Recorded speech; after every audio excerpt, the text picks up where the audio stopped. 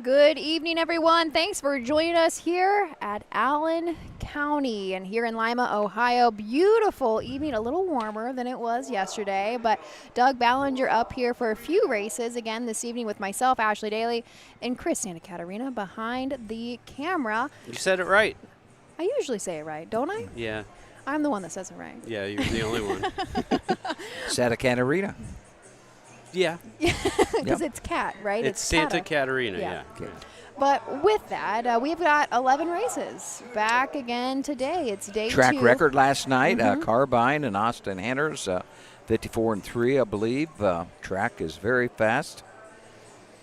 Getting set for the first race tonight, 3-year-old Colt Pace for $7,608. We're going to scratch the 8 Beechwood Zuma in the first. If you have a program at home following along, that is, you can go to the Ohio harnessracingohio.com an hour before post time to get a program. Also, if you have a program, the 3 Zip It My Pet will be driven by Ken Holiday. Ken Holiday, the 3 Zip It My Pet. Getting set for the post parade. Roger Houston with us again tonight. He'd be calling the first 5, and then he'll be joining Ashley on set. And tomorrow, you got to make the trip to Hicksville, 15 of them. I know. You're actually going to Greenville. kind of. Is Salina's north of Greenville? Yeah. So you're going to go south tomorrow just a little south, bit. yeah, 30 miles. And I'm going to go north, 2.5 hours. I was to Hicksville years ago, raced a pony, and Roger and I went there last year and did some OHHA coverage. A very nice grandstand. Maybe a narrow track, if I can recall, but good racing. There'll be good racing there. That's going to be. And then there's 15 of them back. There's a lot of Thursday races. night. Yeah, there's 15, I think, tomorrow. 15 each and, card. Yeah, there's a lot of racing at Hicksville. Greenville's a little bit smaller than I think we would have expected just because everything else has had so many horses. And I think there's 10 races tomorrow. Is that 10? 10 tomorrow at Greenville? What time? 10 tomorrow at Greenville? Yeah, 10 tomorrow Yeah. at Greenville. Yeah. Let's go up for the post parade. American Apple, Joshua Rowe. The 2, Barcelona legend, Darren Dowler. The 3, Zip It My Pet, Ken Holiday. The 4, Shelley's Fast Fool, Jason Beatty. The 5, Sumo World, Jeff Neishoner. The 6, Stonebridge Cabana, Justin Hall. And number 7, Parading Fire, Eric Tharps Jr. in the sulky. Number 8 is scratched. Horse will take 1 score, go to the gate. Mutual windows closing in about 2 minutes. Don't be shut out. Wager now. 3-year-old Colt Pacers, Ashley, first division, scratched down to a field of 7. Number 1, Mr. American Apple, Joshua Rowe, trains and drives. The 3-year-old Brown Goated son of Mr. Apples, Matt Rowe of Urbana, owns a $3,000 Buckeye Classic purchase. This was a bargain. 2 years of racing, $25,000 in the bank. Has only 1 win, though, 4 seconds and 6 thirds. The 1, Mr. American Apple. Darren Dowler trains and drives as well as co-owns this bit of a legend gelding Barcelona legend. 2 for 11 so far this year with an additional 5 board hits. Almost $14,000 made here in 2026. He was a very nice 2-year-old as well. Lifetime has $53,000 made. Last go was beginning of August at Northfield in the fair. Was 5th there in a 56 flat. If we go 3 back at Oak Harbor, was a winner. Ken Holiday, the 3 Zip It My Pet, the 3-year-old Bay Goated son of Pet Rock. JR Stable owns a winner twice in 24 starts, $24,154 at Sauda Downs. And the 4, Jason Beatty for Brian George's Shelley's Fast Fool. This is a Fool Me Once. 4 back was a winner at Lebanon. Zuma World, the 5, Jeff Neishoner trains and drives and owns a partnership with Kathy G. and Myron Kester and B. Roth, all of the Buckeye State. 3-year-old Bay Goated son of Zuma Kalade, winner 19 times, $89,000 in the bank. And the 6, Justin Hall, trains and drives Stonebridge Cabana. This is down by the Seaside gelding. And 3 back at Eaton had a second place finish in 2:03 and 3. Still looking to break the maiden. Eric Tharps Jr. would ride number 7, Parading Fire, for Cameron Keita, the 3-year-old Bay Goated son to Catch the Fire. A $37,000 yearling purchase in 2 years of racing. Has 2 seconds, 3 thirds, $3,773. The 7, Parading Fire, and the 8, Beechwood Zuma is scratched. The wings of the Mike Wemkenberg starting gate open, and the gate is rolling. And it is post time, and a big thank you to Mike and Becky Wepkenberg for our passport sponsors. Been a hot item here at the Allen County Fair. It has. The last 2 days, we've signed a lot of passports. We do score 8 wide here at Lima, so although we're scratched down to a field of 7, they will all start on gate. Let's go up to Roger Houston, the call of the first.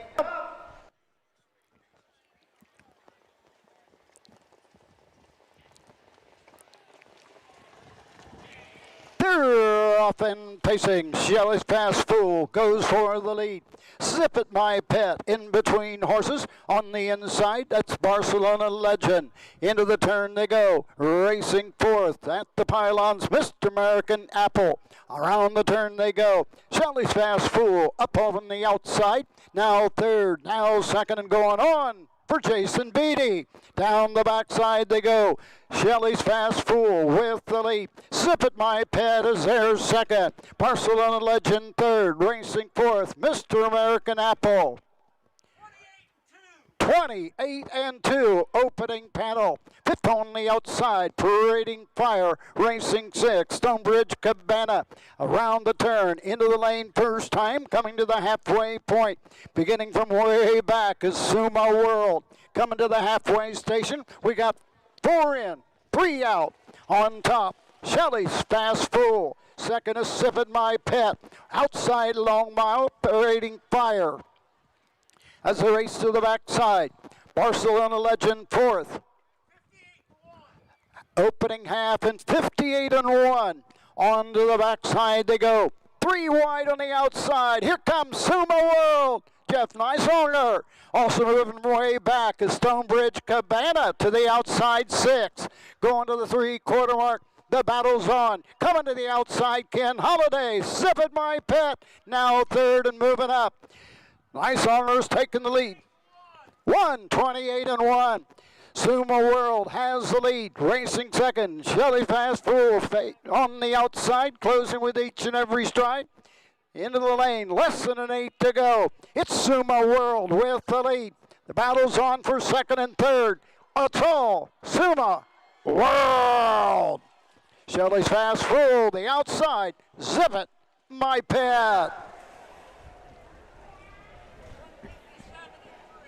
157 3/5. Are we back on? There we go. Not a bad mile to kick us. 4. Not a bad way to open it up. First No. Division 3-year-old Colt Pacers, 28-2, 58-1, 128-1. Jeff Nicehonger made his move at the half, and at the 3/4, he was stride for stride with the leader, and won it by probably a length and a half. Shelley's Fast Food, Jason Beatty, Brian George's trainee, was closing in on the leader, Zuma World. Zuma World, 8th of the season, 20th career. That's 3 in a row for Zuma World. 157.3, nowhere near a lifetime mark. Actually set that sometime back at Wilmington this year in 155-4. 8 wins and 17 tries on the year. Looked tons the best. I mean, 3 wide on the backside. That horse had all kinds of pace. It was very much an easy overtake. I actually noticed, Jeff, I think he might have went to the outer flow. Yeah, obviously. Yes, he was in the outer right flow. in front of the grandstand here. And Might have been second over. Yes. Might have been. Yes. He was following the lead. He was following Eric Parading Tharps. Fire, I believe. Eric Tharps, you're And correct. I was watching. Why I noticed Nicehonger so much is I was watching their style of driving. We'll talk about that in a Racing second. Association 3-year-old Colt Pace. First Division, number 5, Zuma World. Owned by Kathy G. M. Kester, B. Roth, Nicehonger Stable. Jeff Nicehonger trains and drives. 3-year-old gelding, the Summa Cum Laude out of Show the World.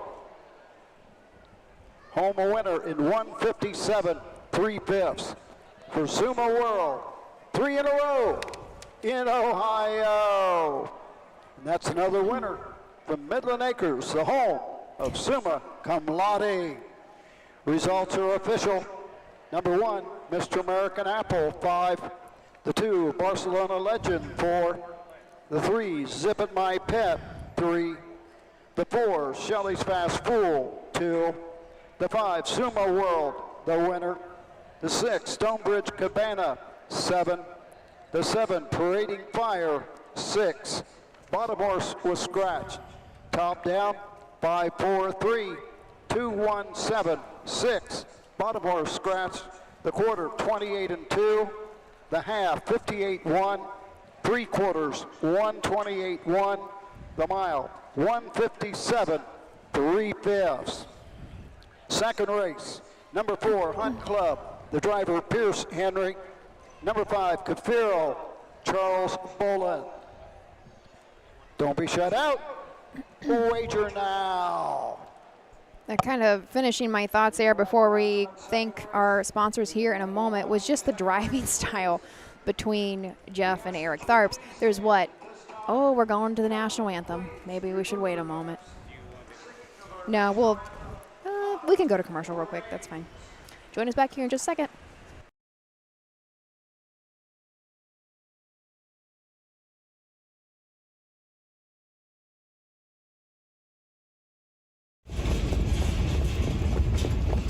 Hi, I'm Dean Gillespie, and I want to tell you about the Ohio Colt Racing Association. There's 19 member fairs, and they sponsor the Partial Futurity in Greenville, Ohio. You need to race in the OCRA. Great racetracks, great people. Bring the kids and come out to the fair, and remember, fair time is fun time.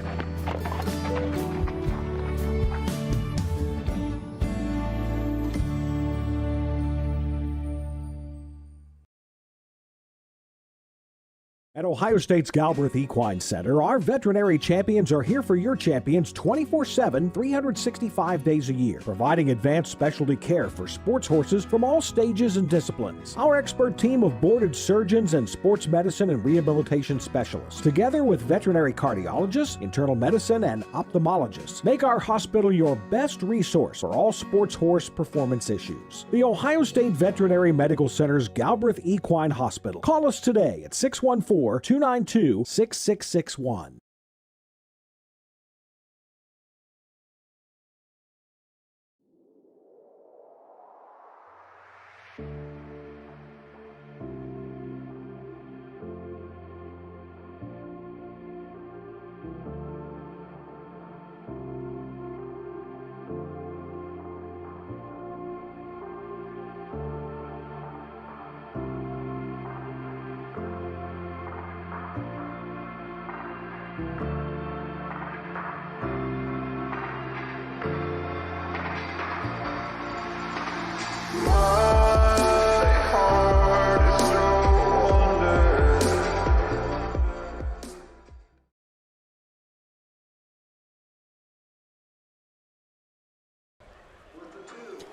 All right, headed next into race 2, and I've tried to have this conversation now for the 3rd time. Maybe 3rd time is a charm and I can get through it. But as they were coming in front of the grandstand for the first time in our last race, Eric Tharps was first up, and then I think second Jeff was over. second over. Yes, was Jeff, and I immediately noticed the style of driving and how upright Jeff was in comparison to Eric Tharps. And Eric's a young guy. Jeff is not an old man in any shape or form. I think he's 45 or so. Probably 45. But yes. just how different they looked, and I didn't think Jeff had that much horse to on the backside pull like he did. But Jeff knows what he's doing, and when they lay back, because Eric Tharps was back pretty far. That's a style of driving. That is, we see at the racetracks, pari-mutuels, day in and day out. But you see these older guys that just have more years, and they just do not do that. Yep. Jeff knows at a county fair, we've talked half-mile track. You got to be on the front end and be 1-2. He couldn't get that, but he knew he had to come when he did, and he got covered. Now, we had a story I told at I was calling the races, I guess. I worked some OHHA and called the races at Greenville with Roger, and I was calling the races. Kane Kaufman was there. Kane and Jeff, both from Greenville, grew up about the same time, few years there. Jeff's got 4,000 win. Mm-hmm. I called his first win there in 30 years ago at Greenville. And I also called Kane Kaufman's first win there at Greenville. Kane's got like 4,300 career wins. Okay. And so 2 Greenville boys with about 8,500 career driving wins. They did very well for themselves in the horse industry. One day for Jeff Neisonger, he was a big John Campbell fan. Oh. And he was in a 4-H group there, I believe. And we had John Campbell came in one day, and we had a breakfast or something. We raced afternoon and night on a Wednesday, and they had a breakfast or something. And Campbell spoke to all the horsemen at the Moose Lodge, which is real close set to the track there at Greenville. Yeah. That's pretty cool. Yeah, John never drove. He was still active driving because this was back in the 90s, probably late 90s. But John naturally didn't drive, but he stuck around and we did some things there at the fair.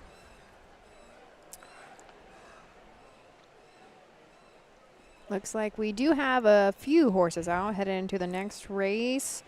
Race 2 is the first division of sophomore colt trotters. We've got some nice purses tonight. We're not splitting as many divisions, so that's going to play a big part into this.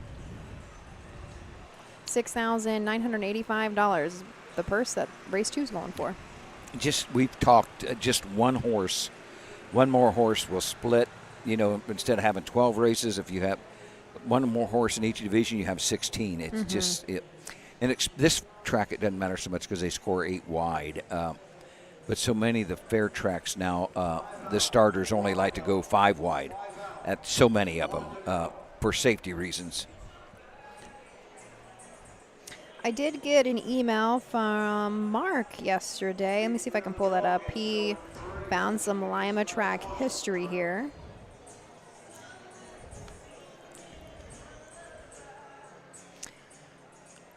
Looks like the first permanent fair site for Lima was the J.B. Roberts Farm that was established here in 1867, and it was later known as the Lima Driving Park. The Lima Driving Club, you're right, that is who used to sponsor the matinee. Okay. The Lima Driving Club is who had the matinee when I called my very first race here. Yes.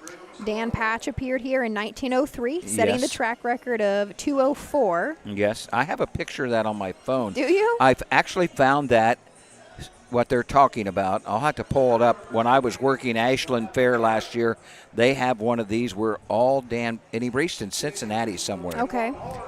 He might have raced at Troy, but I do know he raced at Lima. I'll have to pull that up on my phone here. And this track is hosted, of course, harness racing, automobiles, and motorcycle races. The present-day half-mile track that we see was modeled after Delaware and was built here in 1952.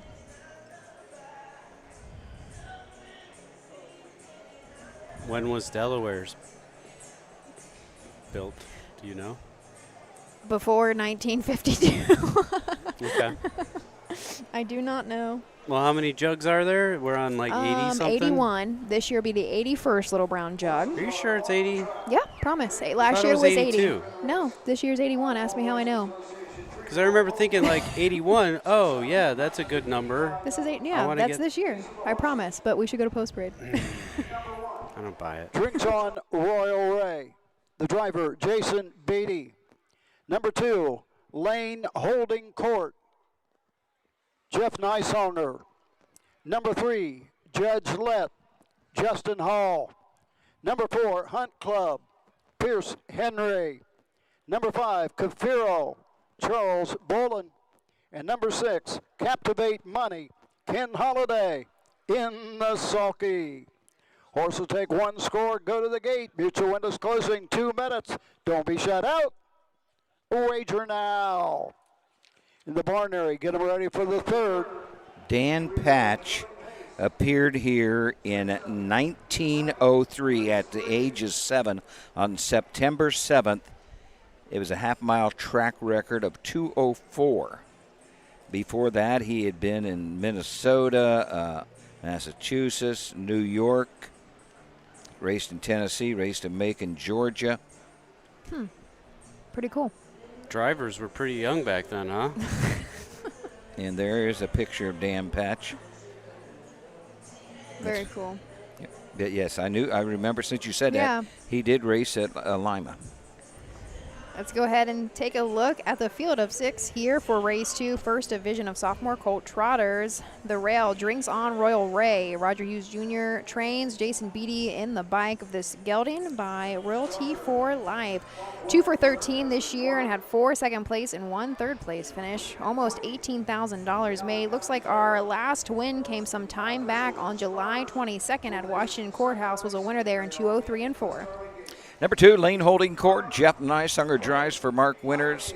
Harry Horowitz Estate owns. This is a homebred 3-year-old bay goat, son of Lane of Stone.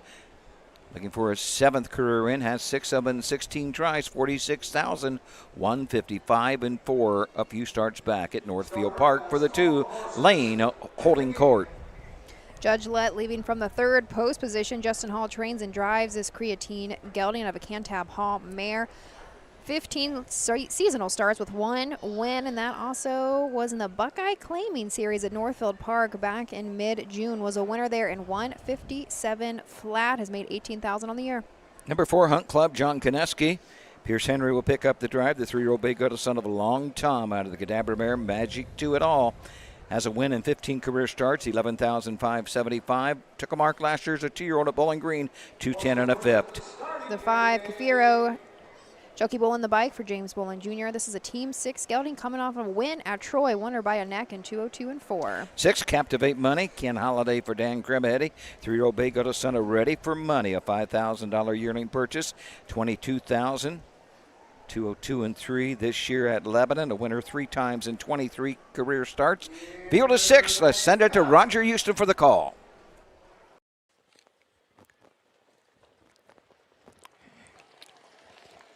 They're off and trotting, Lane Holding Court for the lead. Drinks on Royal Ray, gets away 2nd. Judge Left on the outside 3rd. Hunt Club 4th. 5th on the outside. Captivate Money and trading the field. Kafiro all in straight alignment as race around the turn, going to the first 8.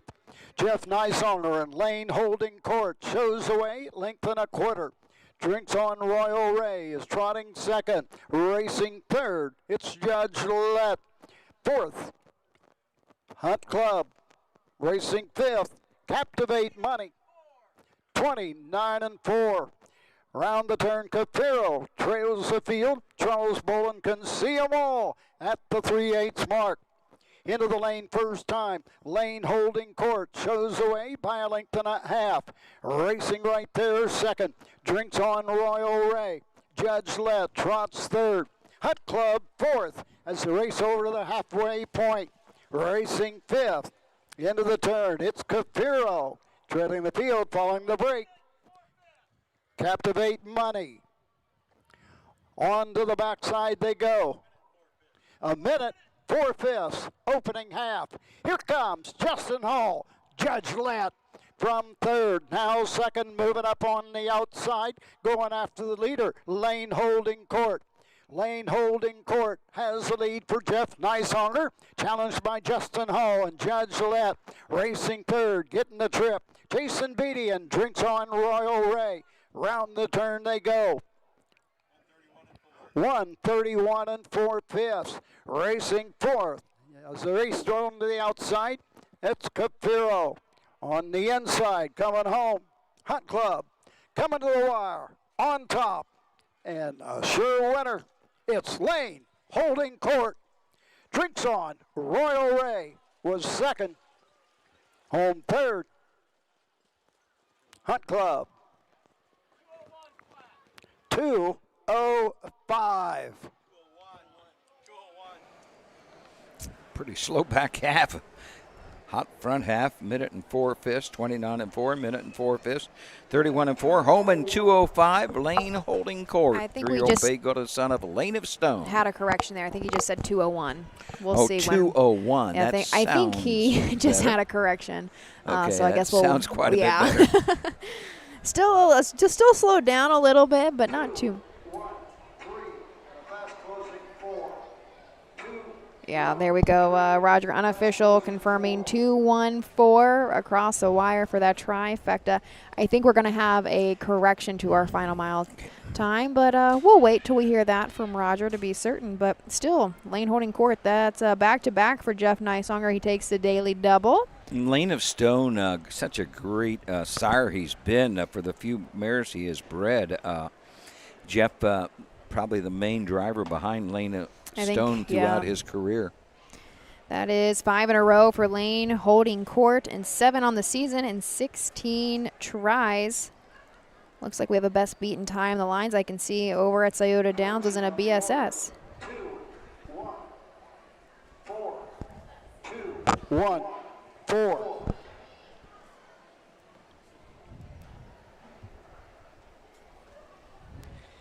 Into the winner's circle. Number 2, Lane Holding Court. Harry Horowitz Estate, Brooklyn, New York. Mark Winters trains. Jeff Nysonger for 2 in a row in Ohio. Lane Holding Court, 3-year-old gelding with Lane of Stone on the Court Street. Home a winner in 2:01. 2:01. For Lane Holding Court. That's 5 in a row in Ohio. What did you say?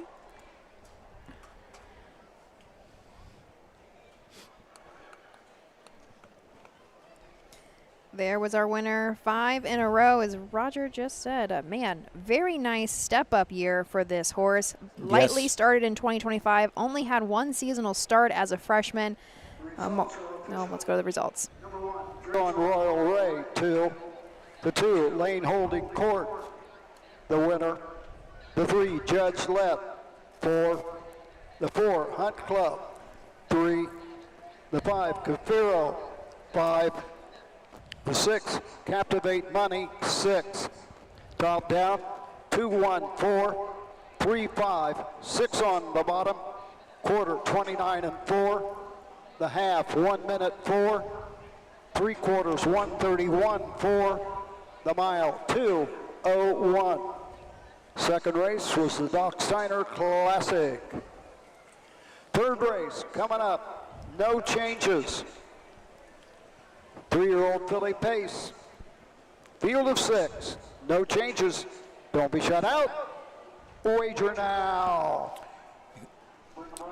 Got a guest here, Randy Haynes, the Vice President of the Ohio Harness Horsemen's Association, manager of Cool Wind Farms. We'll be back to talk to Randy right after these messages. Do you want to talk to him?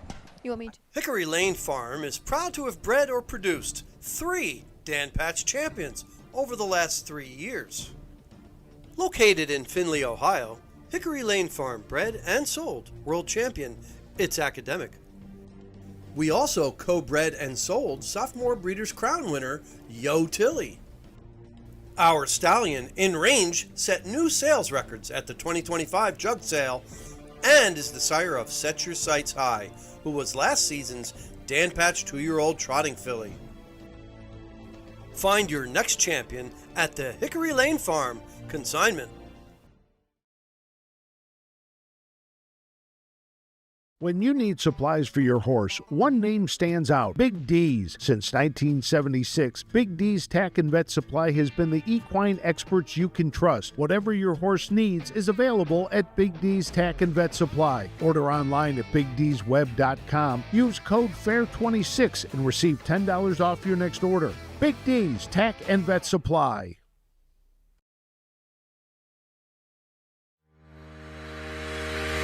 Own a little and love it a lot.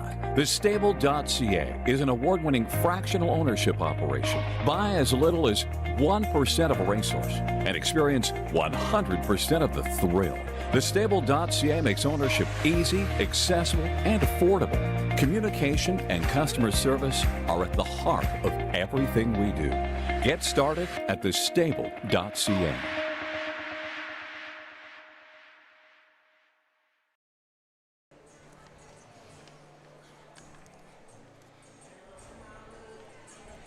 We are back here at the Allen County Fair, Ohio Fair Racing Conference action in Lima, the second of 2 nights of racing. Joining us on set now, Randy Haynes of Cool Wind Farms, and Randy, also the Vice President of the Ohio Harness Horsemen's Association. Randy, the Ohio Harness Horsemen so involved in the sport of harness racing.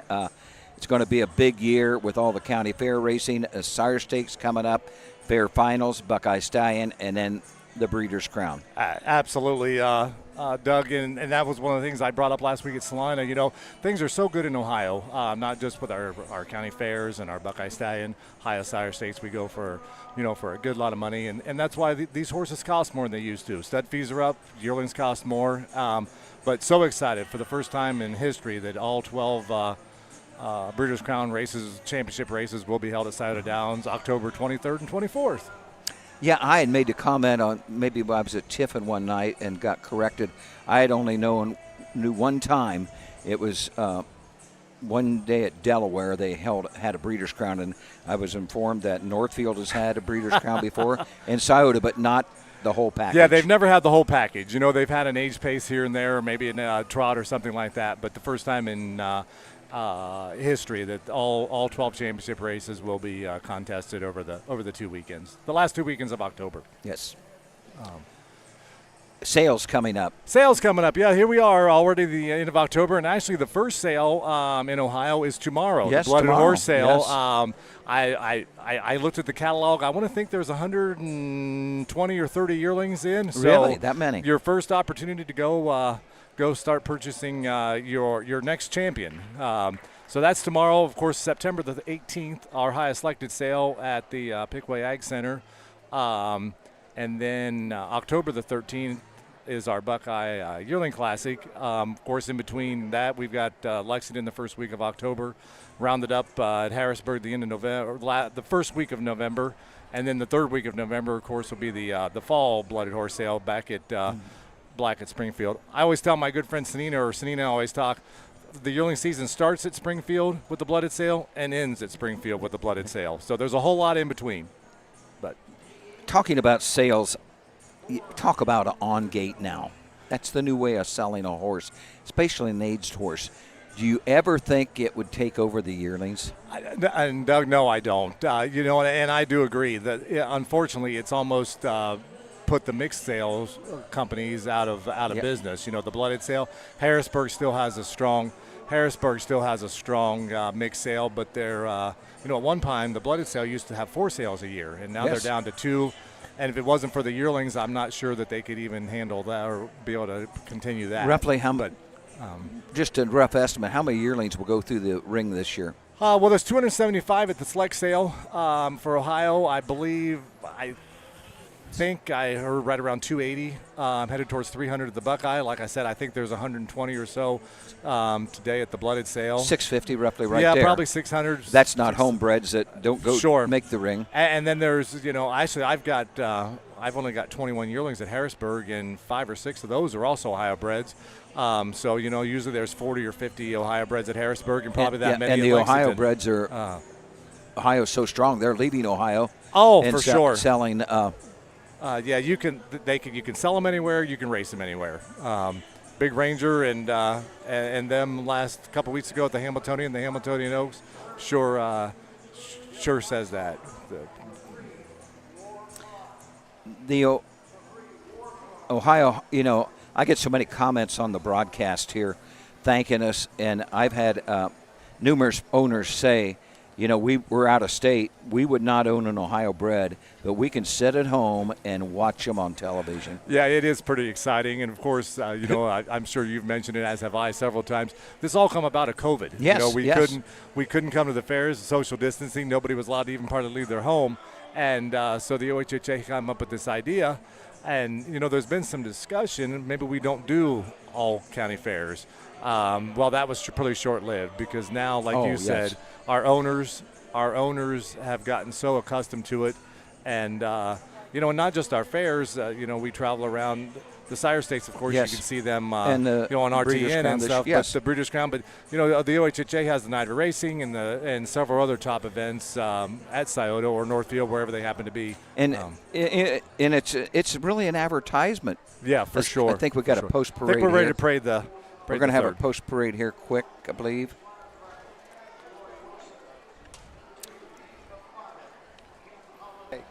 Number 3, War Cry. Jeff Nysonger. Number 4, Across the River, Roy Burns. Number 5, Liberty Bibberty, Jason Beatty. And number 6, Suma C. Tam, Cameron Keena in the sulky. Horse will take one score, go to the gate. Mutual windows closing, 2 minutes. In the barn area, get them ready for the 4th. 3-year-old filly trotters, get them ready, race 4. Broadcast does. It's somewhat of an advertisement, Randy. This, just an ordinary fan could be watching it on TV, and they get the bug to buy that horse. Sure, yeah, absolutely. You know, they happen to flip through, and there's a lot of the replays on YouTube and Facebook and that sort of thing, and they're like, huh, what's this harness racing thing all about? So absolutely, a great tool, and you know, you guys travel the world, it seems. Yeah, never leave the state of Ohio, but travel the world. Yeah, I really enjoy the older I get, you know, calling races it gets tough. Sure. And this is relaxing. I really enjoy it. I can go back and stories because I've been around 57 years to tell some wild stories. The stories, well, and of course Susan Shaner, Susan Schroeder, yeah, yes. I'm sorry, Susan Schroeder, one of our employees. You know, she's in the office a lot. She also enjoys the broadcast, and I keep telling her, I said, you don't have to be out there all the time, and she said the same thing. Yeah. I love doing it. It's relaxing, and but we got a field of 6 of them, 3-year-old fillies. Abby's Firecracker off the rail. Randy Roy Wilson drives. Hadn't been to the winner's circle in 14 starts. Has $5,000 in her card. For sure. The second, the Dame of Fire, Ken Holiday. Phillies had 13 starts, made $14,000 this year, so about $1,000 a start. 3 War Cry, Randy Thorch for Mike Arnold, $62,000 lifetime, 7 career wins. For sure. Across the Rivers, the 4-horse for Roy Burns, about $3,500 on her card. I thought they was going to the gate. Well, I don't know, maybe there's long mutual lines. Real quick. Could be long mutuals. Hopefully that's what. Yeah, hopefully that is. Last night they had a nice night of wagering here. Yeah, we did. 13 races. We bet over I think $13,000 or $14,000, and when we always get a good crowd. Yes. You know, it's the weather's great. Of course, it wasn't so nice a couple of weeks ago, and as you can attest, the track's great. 54-3. Thanks to you guys. Well, track record last night. Thank you. And when we got out here, you know, with all that rain, we got out here Thursday, really before it was even dry enough that we could think about it, and we had some work to do, and I wasn't 100% sure that I was going to get it quite as good as it. I was going to get it as good as I could. I just wasn't sure how good that was going to be. But yeah, I remember. I've told the story last night. This is where I called my very first race on June 10th of 1970. I came here to the matinee. Dave McLean it was the Lima Driving Club. Okay. And they had a disc jockey calling the races, and the guy I came with, I'd heard Roger the year before and was mimicking him on bicycle races around the Mercer County Fairground in Salina. And so he told Dave, the guy was just doing him a favor that was the disc jockey. Sure. So he took me over, and I called the rest of them that day. And this is where I called my first race, but back to the track record on that, probably then in the mid-70s, 74, 75, when I started to call the fair here at one time, I worked for a guy by the name of Irv Samples. Okay, yep. And Absalom, he broke the track record that night under going to beat 2 minutes. Okay. And that was something. But last night we go in 54-3. We're going 54-3. So how times change. For sure. And, of course, last week at the Salina, they went in 52 and a piece. Yes. So faster horses, faster track. You better come with a pony if you want to get a piece of some of this. Oh, yes. For sure. Yeah, I'm not sure that's the second time they've went to the gate. But anyway, we got 2 more to talk about. The 5 and the 6, Doug. Number 5, Liberty Bibberty, Jason Beatty for Jessica McCowan, 3-year-old Black Phillip Azuma Kalade, a $15,000 yearling purchase, $41,000 in the bank. 8 wins in 32 tries, 155 at Scioto Downs. And the 6, Sumazi Cam, 18 starts, $32,000 lifetime, a record of 52 at Scioto Downs. Also a daughter of Summa Cum Laude. Looks to me like the 5 and the 6 should be the favorites in this race. 4-5 on the 5, 3-1 the 5, 7-2 the 2. Working the 2. That's what they like. That inside post probably on this half-mile track. It does make a difference. Makes a big difference. Quickly back to the breeding side of it before they go to the gate. Mike Weppenberg's called them in. You can see the gates rolling. How many mares roughly was it 1,000, 1,200 bred this year? 12 or 1,300 usually is about our average in Ohio. Okay. So, let's go to Roger Houston for the call. Third race, 3-year-old filly Pacers. 3-year-old filly trotters are out in behind the Whooppenberg gate on the upper turn. Gate swings into the stretch, and here they come.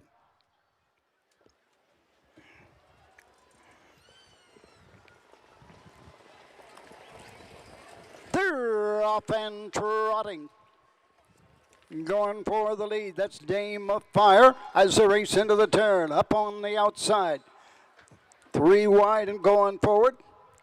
Liberty Bibbity racing third. War Cry round the turn. Abby's Firecracker is there fourth. Racing fifth across the river.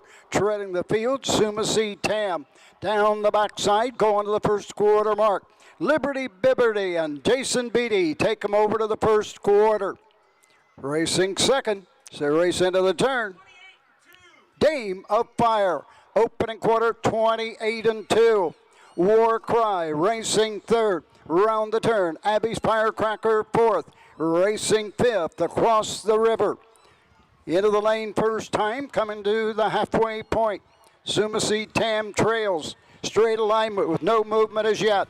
Tipping to the outside from way back. Sumacy Tam. As they race by the halfway point. 58 2/5. On to the backside they go. Liberty Bibbity showing the way by a length and a half. Right there second. That's Dame of Fire. Pacing third. War Cry. Up on the outside. Now fourth and closing in. That is Sumacy Tam. Fifth on the inside. Abby's Firecracker treading the field across the river at the 3-quarter mark. Liberty Bibbity. 127-1. Around the final turn. Racing second. That is Dame of Fire. Those two open up on the rest. Into the lane they come. Liberty Bibbity on the outside. Dame of Fire to the outside coming on. But going to run out of the racetrack.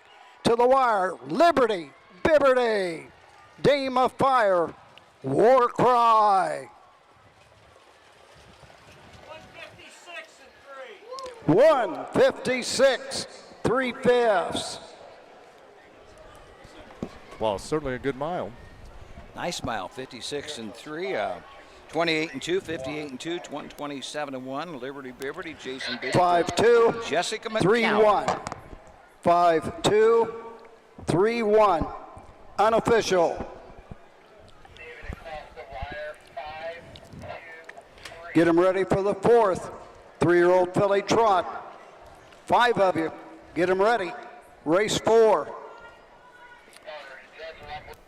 Well, I guess that's why I breed them. I don't bet them because the betting public didn't like the 6-horse, and with that outside post, that was kind of a tough spot to come from. 3-1, $8 return. So, how many? What is the sale process? I'll tell you one of the neatest things, Randy.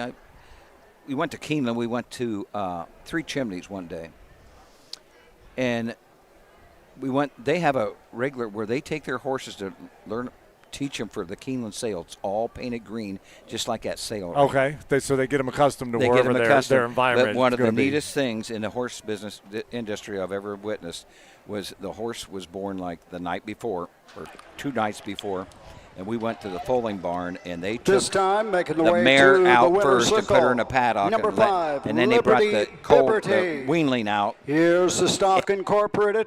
Sean Harville, Scott Davis, the owners. Jessica McCowan trains. Jason Beatty in the sulky. 3-year-old filly, Basuma Cum Laude out of America Rocks. Home a winner in 156 3/5. For Liberty Bibbity, 4 in a row in Ohio. And that's another winner from Midland Acres, the home of Summa Cum Laude.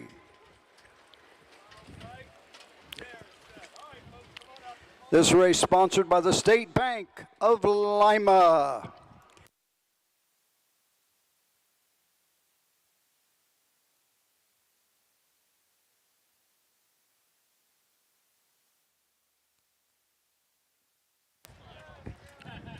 Results are official. Number 1, Abby's Firecracker, 4. The 2, Dame of Fire, 2. The 3, War Cry, 3. The 4, Across the River, 5. The 5, Liberty Bibberty, the winner. Number 6, Sumacy Tam, 6. Top down, 4, 2, 3, 5, 1, 6 on the bottom. The quarter, 28 and 2. The half, 58-2. 3/4, 127-4. The mile, 156 3/5. Fourth race. Scratch the 2, Ladies Lucky Money. Number 3, Creatine Doll, Ken Holiday. And number 6, Sizzling Marcy, Eric Thorpes Jr. Trotters, first division, scratched down to a field of 5. We'll be back to take a look at all 5 right after this. At Ohio State's Galbraith Equine Center, our veterinary champions are here for your champions 24/7, 365 days a year, providing advanced specialty care for sports horses from all stages and disciplines. Our expert team of boarded surgeons and sports medicine and rehabilitation specialists, together with veterinary cardiologists, internal medicine, and ophthalmologists, make our hospital your best resource for all sports horse performance issues. The Ohio State Veterinary Medical Center's Galbraith Equine Hospital. Call us today at 614-292-6661.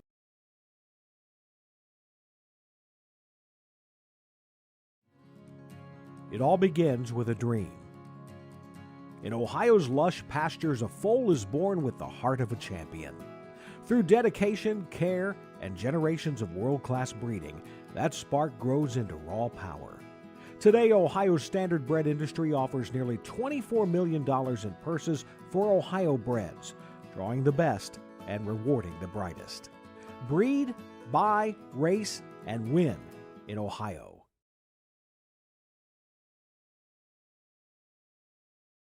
Back at Allen County Fair in Lima, second of our 2 nights of harness racing. Randy Haynes, Vice President of the Ohio Harness Horsemen's Association and Cool Wind Farms manager, and you and your wife Kim with Cool Wind Farms. But last night we talked about the track record carbine 54-3, and our next segment here we're going to touch about first year stallions here. Yeah, there's a pretty good list of first crop carbines stallions right there on the list. Carbine happens to be one of them. The horse is 7 or 8 years old, I believe. But they've raced him a little longer than some. But his first crop are going to the fall sales. I don't know exactly how big of a book he bred, but track record holder. You could have a son of his before too long. But a week ago or so, when I was talking to Ashley at Salina, I'd mentioned a couple first crop stallions, and I really kind of forgot several of them. So that was what I wanted to touch on tonight. Lewis Perlman, the first crop stallion at Hickory Lane, Little Brown Jug winner. I know Brad said he bred a full book. Captain Kirk, the other horse, Todd or Greg Luther Racing's horse, his first crop is going to the fall sales. And then Carbine we just touched on. There's also 2 other stallions. Pebble Beach, his first crop are Kentucky bred, but his first Ohio crop will sell this fall. And that horse has been quite successful, it looks like, in Kentucky. I believe he might have the fastest 2-year-old pacing filly in the country, or he did a couple weeks ago anyway. And then on the pacing side is my new stallion, Southwind Aussie, which is kind of shocking that I actually forgot to mention my own horse. Southwind Aussie won the Little Brown Jug in 2020. We've talked about the broadcast. Of course, nobody remembers Southwind Aussie winning the Little Brown Jug because nobody was there. But I was. You and Roger were for sure. One of the lucky ones there. As was I. But he's the son of Sun Beach. Got a record of 48. Made almost $1.6 million. A heck of a good-looking horse. He also has a small crop of yearlings that are New Jersey bred. He's got 1 in 50 and made over 100,000 this year. So we're pretty excited to see Southwind Ozzy's first crop here in Ohio. On the trotting side, Brad's horse, another horse at Hickory Lane, branded by Lindy. And Brad and Kevin, I know, have talked extremely high on that horse. And if history repeats itself, it seems like, Brad and Kevin sure do have an eye on picking out a good stallion with the success of In Range. Yes, In so Range, yes. branded by Lindy, no reason why he couldn't do the same thing. And then the other first crop stallion is Slay. Jonas Slayball actually bred that horse. I believe he was third in the Hambletonian as a 3-year-old. But Dublin Valley's new stallion, son of Chapter 7, Slay's first crop. So those are pretty much the bulk of the 7 new first crop stallions. Of course, I mentioned last week as well, there's several first crop stallions this year. Monty Mickey's having a good year. In range and ready for money, they're in their second crop. But, we've got a lot of really, really nice stallions in Ohio to choose from. And it looks like several more coming right down the pipe. Well, Randy, good talking to you. The track is great. You're going back to work the track. See if we can get another track record tonight. We're going to see what we can do. Trot. I told my friend, we paced in 57 or 54 last night. Let's see if we can't get the trotters to go in 54 tonight. Okay. So, Randy, thanks for stopping by. Absolutely. Enjoy the rest of the evening, and thanks, everybody, for coming to Allen County. Thank you.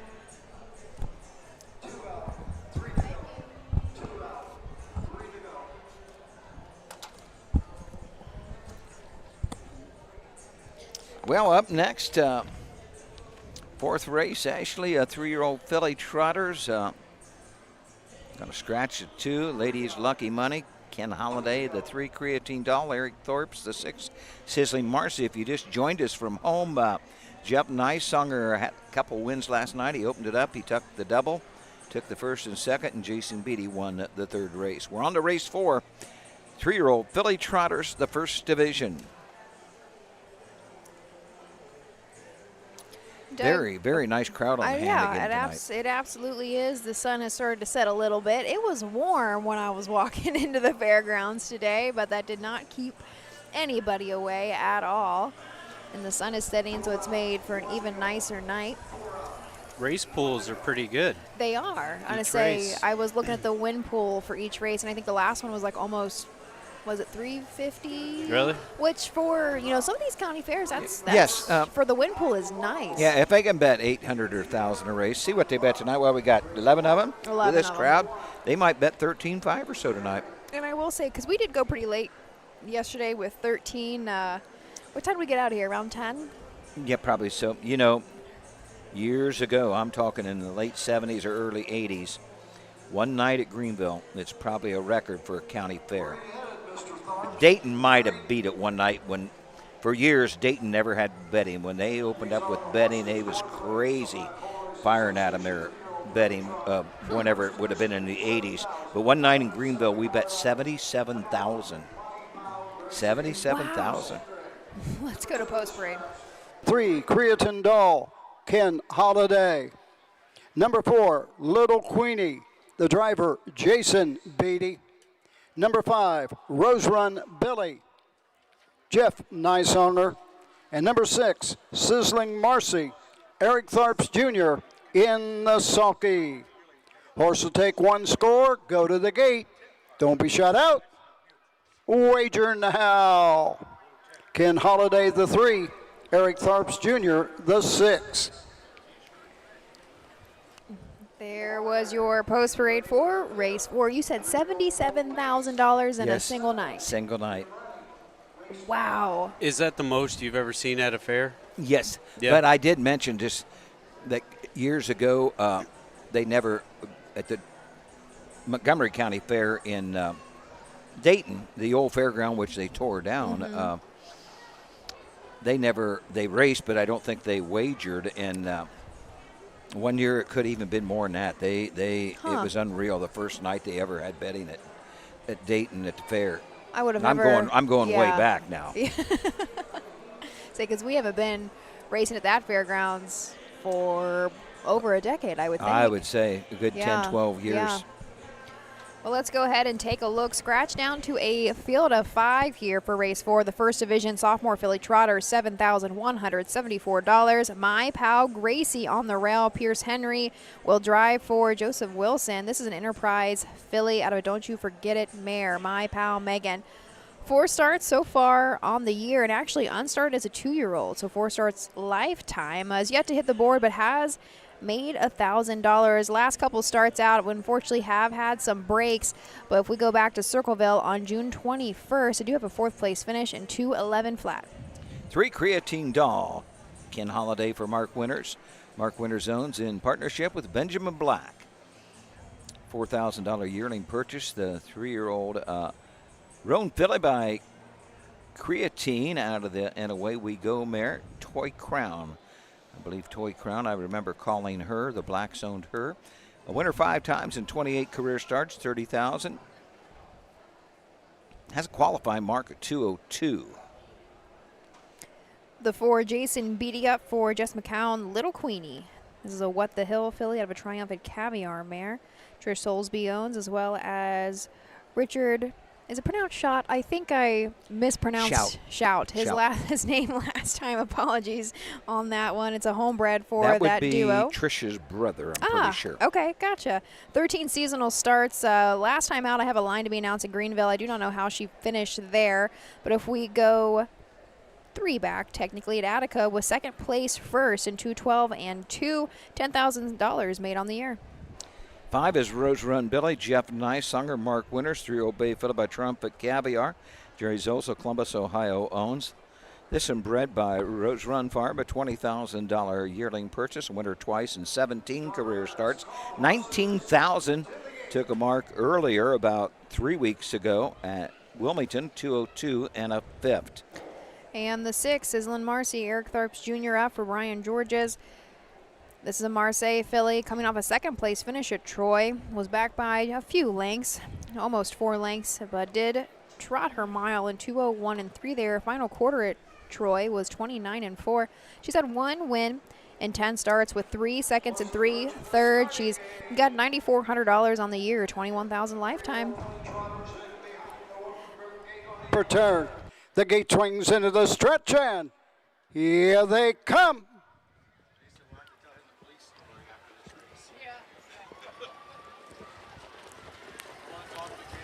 They're off and trotting. That's Creatine Doll going for the lead. The outside, Sizzling Marcy into the turn. Racing 3rd, Rose Run Billy. As they race around the turn 4th, that's Little Queenie, and treading the field, My Pal Gracie. 4 in, 1 out by the first 8th. Down the backside they go. Sizzling Marcy and Eric Tharps Jr. up on the outside to take the lead. Giving way 2nd, that's Creatine Doll. Racing 3rd, the end of the turn, Rose Run Billy. 4th, Little Queenie. 30 and 2/5, opening panel. The trailer is My Pal Gracie as Pierce Henry can see them all and goes off stride. 4 remain trotting into the lane first time, coming to the halfway point. On top of the field, Sizzling Marcy and Eric Tharps Jr. Right there 2nd, Creatine Doll and Ken Holiday. Trotting 3rd, tipping to the outside, Jeff Nysonger, Rose Run Billy. Racing 4th, Little Queenie, and off stride 5th, My Pal Gracie. 1 minute, 3/5. 1 minute, 3/5. Over to the half, 1 minute, 3/5. Onto the backside in the 3/4 mark. Sizzling Marcy by a head. Down the backside they go. Up on the outside with each and every stride. That is Rose Run Billy. Nose to nose, stride for stride, toe to toe, wheel to wheel at the 3/4 mark. 131 and 3/5. The battle continues. Sizzling Marcy on the inside. Rose Run Billy on the outside. Joining 3 wide on the outside, Little Queenie. Through the stretch, Sizzling Marcy with the lead. On the outside 2nd, Rose Run Billy. Photo for 3rd.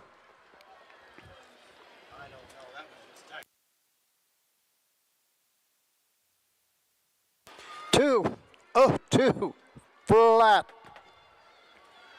202 for Sizzling Marseille. Eric Thorpes Jr., the 3-year-old Bay Filly of Marseille, out of the chipper way. Sizzling Chips. Marianne and Brian Georges, Wilmington, Ohio, own the 3-year-old Bay Filly. Brian Georges trains, Eric Thorpes drives. 3rd career win for Sizzling Marseille. Sizzling Marseille was a pretty decent horse last year in 14 starts.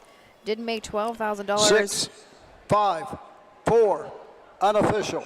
6, 5, 4. In the barn area. Have them ready for the 5th. Get them ready. Race 5. 7 of you. 3-year-old Colt Pacers. So was a pretty decent horse last year, as I was saying. Didn't make $12,000 as a freshman. It's coming on quite a bit stronger. Adds a nice, healthy, almost 3,600 back here today to push her over $10,000 on the year. She's sitting somewhere between 13 and 14,000 now on the year. Do you think we're going to go 6, 5, 4, 3? I think that's who that was. Maybe not. Didn't write them down because it was so close there at the wire.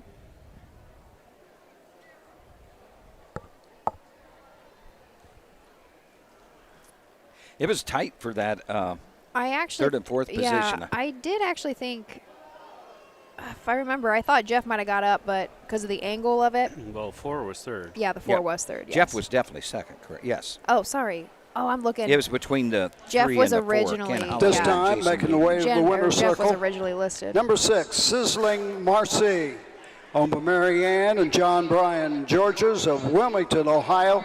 Brian Georges, the winning trainer. Eric Thorpes Jr. in the sulky. The 3-year-old filly by Marseille out of Sizzling Chips. Home a winner in 2:02. A lifetime mark for Sizzling Marcy. This is the Fred Arnold Memorial. The blanket being presented to Sizzling Marcy, Brian Georges, and Eric Thorpes Jr.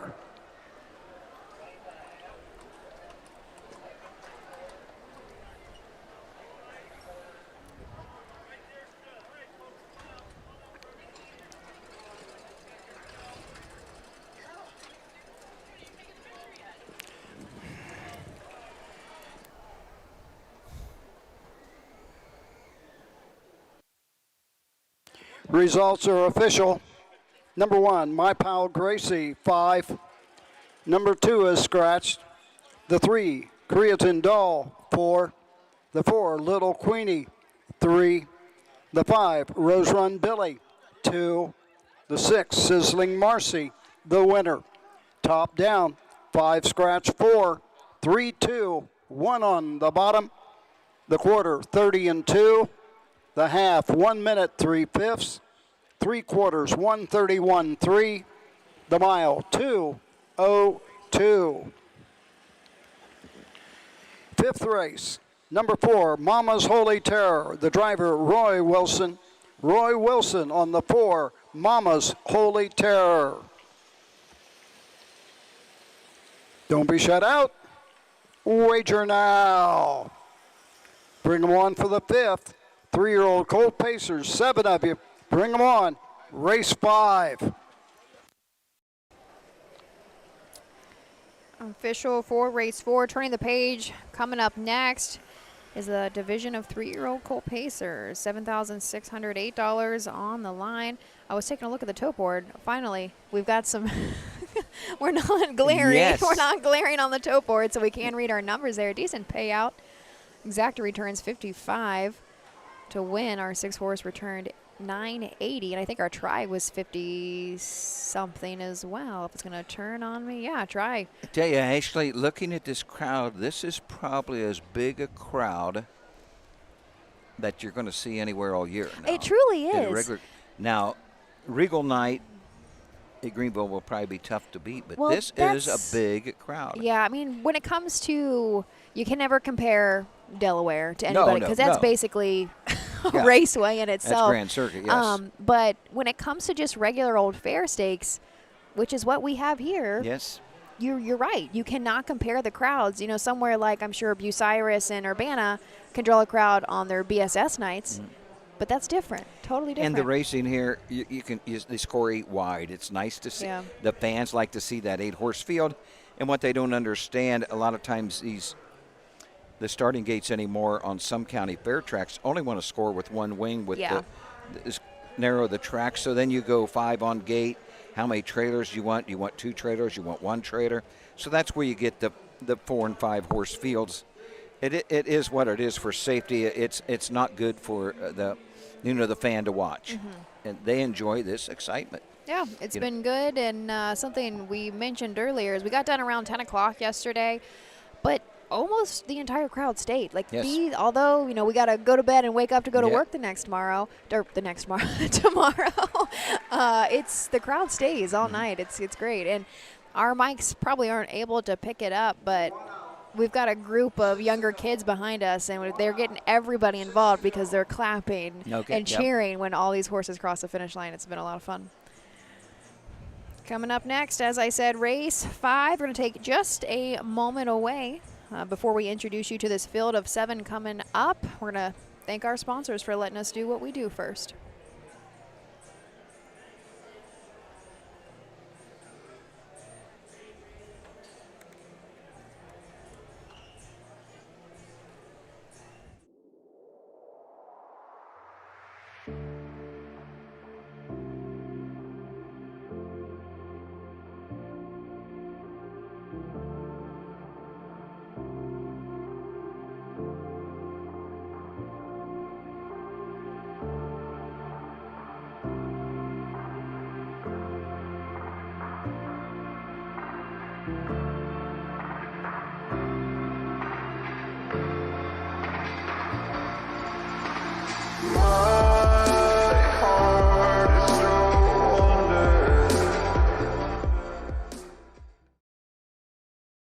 The Ohio Harness Racing Passport is back. Sponsored by Webkenberg Starting Gates, the Passport takes you across Ohio's county fair circuit and now includes marquee events like Ohio Super Night. It's free and open to fans of all ages. Get your Passport from the OHHA broadcast team and collect your stamps. Earn prizes all season long with more ways to win. Compete for the grand prize. Experience Ohio through harness racing.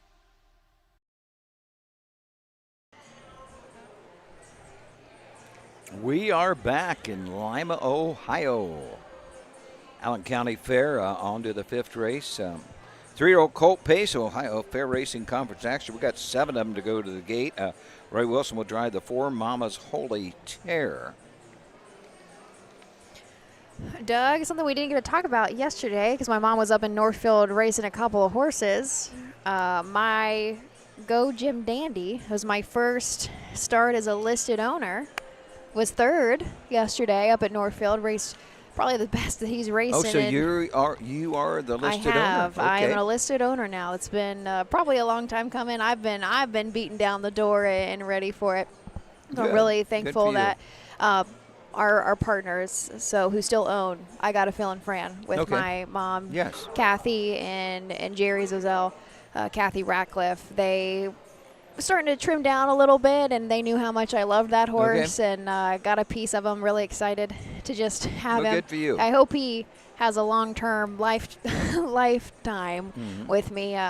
Long-term, I'd love to keep that horse forever, but we'll see how it goes. That's my plan. But we got our first start in yesterday. Was racing up in the non-winners of 4 with a claiming tag. A little bit easier. Did your mom go up, take him up there? She did. Yep, she did. And he was 3rd. Made me $1,300, so it's all right. It's all right. And I was talking. Now, after you pay the shipping and the percentage to the trainer. Because I only own half of the horse, right? So I didn't make quite the whole 13, and the driver gets 5%. Dan Noble drove him for us, and my mom technically gets 5% as trainer. And she cuts me a deal where I don't have to pay a full training bill because I do love my job, but they do not pay me enough to afford to have my own life plus a racehorse. So we kind of have a deal where I don't necessarily pay like a day-to-day training bill, but anything that we treat the horse comes my direction. So there are some months that hurt a little bit more than others, but that's part of the business. We're rolling along here. We are on the 5th. 11 of them tonight. It's going to be a short night for you. You're going back down I-75 south a little bit, and then you're going to come back north tomorrow to go to Hicksville. Yep. Defiance County Fair, and you've never been to Hicksville, I haven't. I've had a lot of firsts the last couple of years. Last year I had a lot of first county fairs that I went to. This year, not as many, but I've still added a few to my own personal passport. Tomorrow, Hicksville. We've got a lot of races the next couple of days. Who's on set with you tomorrow? Michael Langer. Michael. So myself there. and Michael. Michael's getting around. He's getting them around. He's going to have a very long haul because he's over at Buckeye Lake. Yes. And we're back to back there. Tomorrow's post time at Hicksville is 1:30, and Greenville goes at 7. They move post time. I think Greenville what? It's 7 p.m. tomorrow, I think, for Greenville. Oh, really? I didn't know that. That we had a whole conversation. So it would be backed up instead of. Yes. So I'm not sure exactly where that decision came from. Well, OHHA hasn't I'm received. glad you told me. OHHA hasn't received official word. We just saw it on USTA. Okay. Well, maybe the reason they have Veterans Day, well, and they won't have to rush as much. They have a Veterans Day parade. We also thought, well, there's only 10 races, which is a little light for Greenville. Right. And also, tomorrow's a blooded horse sale. Oh, okay. They might have tried to give some horsemen a little bit more time since they don't have as many races. See, the fairs are all late this year. The sales probably do not change. Yeah. You know, we've been through that, how late the fairs are because of Labor Day. Yeah, sometimes it gets a little confusing between OHHA and some of the fair officials when we do have post-time changes. We don't always get word of it. We do see it on USTA, though. Old Colt pace, $7,608. And these are the horses. Number 1, Prince Frederick. The driver, Jason Beatty. Number 2 is Scratch. The 3, Bombay Up, Dylan Fagan. The 4, Mama's Holy Terror with Roy Wilson. Number 5, Big Hoss, Mickey Holiday. Number 6, our Colt of Many Color, Jeff Niceowner. And number 7, ATI, Kiss My Hawks, Joshua Rowe. In the sulky. Horse will take 1 score. Go to the gate. Mutual windows closing. Less than 2. Don't be shut out. Wager now. Scratch the 2. Roy Wilson on the 4. In the barn area, get them ready for this. Let's go ahead and take a look here on the rail. Prince Frederick, Jason beating the bike for Brian Georges, the lather up, gelding. 14 starts on the year, 2 wins, 2 seconds, and 3 third-place finishes. Over $11,000 made. Last win came 3 back at Xenia, won by over 6 lengths in 2:02 and 2. Dylan Fagan will drive number 3, Bombay Up for Brett Swartz. 3-year-old bay got a son of a lather up. Henner's Racing, who Holland own, 15 career starts, has 2 wins, a second and a third, 11,506. Took a mark last year as a 2-year-old at Wilmington of 2:02 to 3, Bombay Up. The 4-horse Mama's Holy Terror is a gelding by Western Terror out of All-American Native Mare. Jacob Baird trains. Roy Wilson now in the bike. We have a line to be announced last go out at Greenville. Not sure how he finished there, but we had 14 starts so far on the year. Still looking for the first seasonal win, but we have had 5 total board hits to make over $7,100. If we go 3 back at Chillicothe, was third in 159 flat. Mickey Holiday, the 5, Big Hoss for Kenneth Hurst. 3-year-old bay got a son of the Ponderosa. Yet to find the winner's circle in 18 starts, has a second and a third, 4,357. Last time out at Greenville, that would have been Saturday night. Finished 4th, beaten 12 3/4, paced in 2 minutes and 4 fifths. Jeff Niceonger trains and drives the 6, Our Colt of Many Color. This is a roan gelding by Fool Me Once out of Our Gray Girl. This Racing of Wilmington does own Our Colt of Many Color, coming off of a wire-to-wire win at Troy in 158 flat. This colt has had 4 wins and 17 starts and made over $21,000 on the year. I guess we should mention when I first saw this horse last year step on the scene as a 2-year-old, I assumed he was named after Coat of Many Colors, which is a Dolly Parton song, and we have not mentioned that Dolly passed today. Passed today, yes. Number 7, ATA, Kiss My Hawks, Joshua Rowe. Trains and drives for Matt Rowe. 3-year-old Bago, the son of Racine Hill. $10,000 Buckeye Classic purchase, a $40,000 lifetime. Mark a 151-1 earlier than the season at Scioto Downs. That was actually the last time out, winner 4 times in 19 tries. Roger Houston has the call. 5th race, 3-year-old Colt Pacers. In the upper turn, the gate swings into the stretch, and here they come.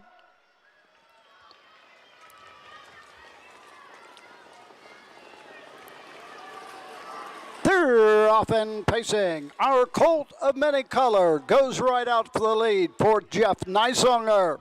On the inside, Prince Friedrich battling for that early command. Into the turn 3rd, that's Mama's Holy Terror. Around the turn to the backside, racing 4th, Bombay up. 5th is ATI Kiss My Hawks, trailing the field following the break. Big Hoss down the backside of the 3/4 mark. Our Colt of Many Color up on the outside, clears and opens up by a length and 3/4. Racing 2nd, Prince Friedrich. So they race over to the quarter in 30 1/5. Into the turn they go, racing 3rd, Mama's Holy Terror. Racing 4th, Bombay up. Racing 5th as it passes stands first time, coming to the half, ATI Kiss My Hawks. Trailing the field, Big Hoss. Coming to the outside, Bombay up. 3 wide, ATI Kiss My Hawks. 58-4. On to the backside, and the 5/8. The leader, our Colt of Many Colors, shows away by a length and a half. Prince Friedrich is there 2nd. Moving up on the outside, Bombay up with each stride, now 3rd. Racing 4th, Mama's Holy Terror. 5th is ATI Kiss My Hawks. Trailing the field, Big Hoss at the 3/4 mark. 1:28 4/5 around the turn. Here comes Prince Friedrich. Jason Beatty up on the outside after the leader, our Colt of Many Color, and Jeff Neisonger into the stretch. Our Colt of Many Color on the outside with every stride. Prince Friedrich on the outside. Home 2nd, Mama's Holy Terror. Our Colt of Many Color was 3rd. 1:58 1/5.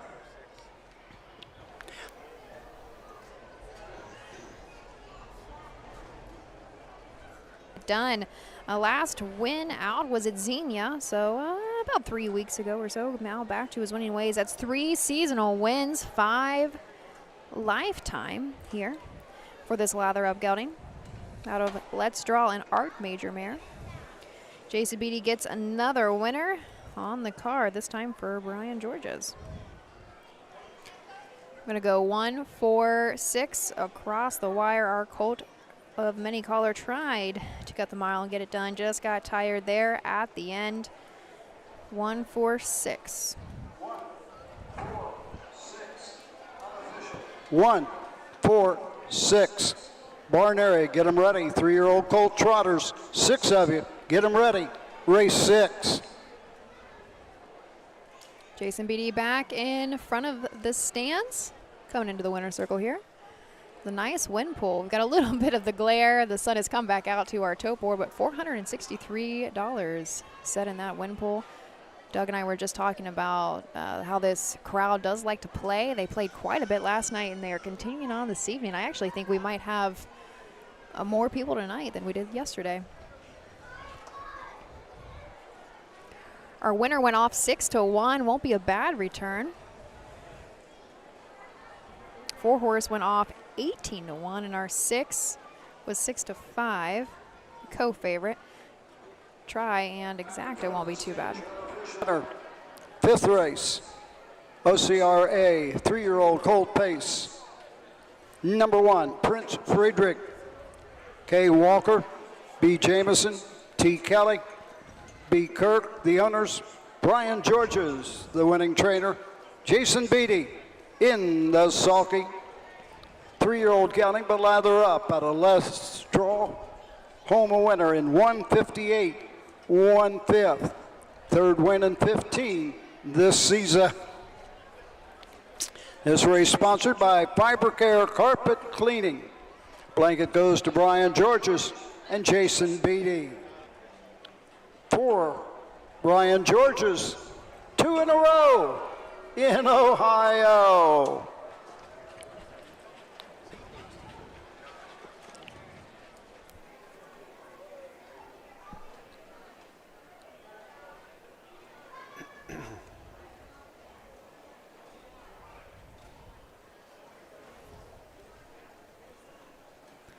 Waiting for official results here for race 5. Doug Ballinger has stepped away from OHHA for the evening. He has made his way on over, is right now making his way across the Results track there. are not as yet official. We are not official, but Doug has left us, as I was saying. Roger will make his way over here in a moment. They're going to switch spots for the evening. Roger Houston's going to be joining me the rest of the, how many races we got left? 6, 7, somewhere in between there? 6 or 7. I don't know. Oh, I guess 7, right? You got to actually finish the last one. 1, 2, 3, 4, 5, 6. Wow, can I count? I guess there's only 11 tonight. Yeah. You know, college education and stuff. Who uses Oh, that? you paid for that? Actually, no, I didn't pay for that. I had scholarships, which even is Really? worse. I guess while we wait here for a moment, I didn't want to get started on this quite yet because I'm sure Roger might interrupt me here in a moment. Our colt of many color, I might just be on a limb here, and this has nothing to do with Dolly Parton, but it at least started the conversation about Dolly this evening. My mouth dropped. I audibly gasped when I heard that Dolly had passed away today. She was such a treasure for... Coming to half. Well... Okay. She was such a treasure for... There, let's go to Roger. Number 1, Prince Friedrich, the winner. The 2 was scratched. The 3, Bombay Up, finished 4th, was placed 5th for interference with number 7 before the half. The 4, Mama's Holy Terror, 2. The 5, Big Hoss, 6. The 6, Our Colt of Many Color, 3. The 7, ATI Kiss My Hawks, finished 5, was placed 4th. Top down, 1 scratch, placed 5, 2, 6, 3, placed 4 on the bottom. The quarter, 28 and 1. The half, 58 and 4. 3 quarters, 128, 4. The mile, 158, 1/5. 6th race, Eric Thorpes Jr. on the 2, Fully Naughty. Jeff Niceowner drives the 5, Zane Trace. Don't be shut out. Wager now. In the barn area, bring them on. 6.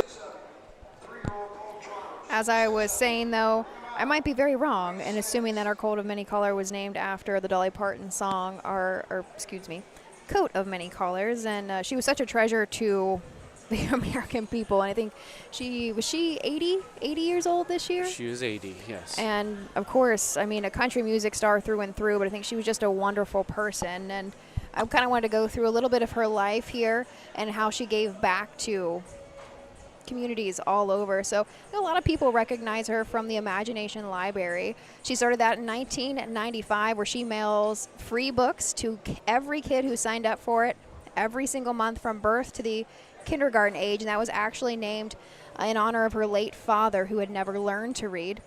In the 80s, she paid $500 to 7th and 8th graders who stayed in school because her home county's dropout rate was at 35% when she started that initiative, and it dropped down to 6%.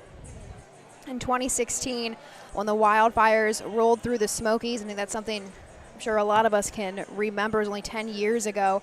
She never went to the press or anything. She just immediately started wiring $1,000 a month for an entire 6 months to all the families that had lost their homes, 2017, she donated $1 million to the Vanderbilt's Children's Hospital after watching her niece go through leukemia treatment there. In 2020, she donated another $1 million for COVID research.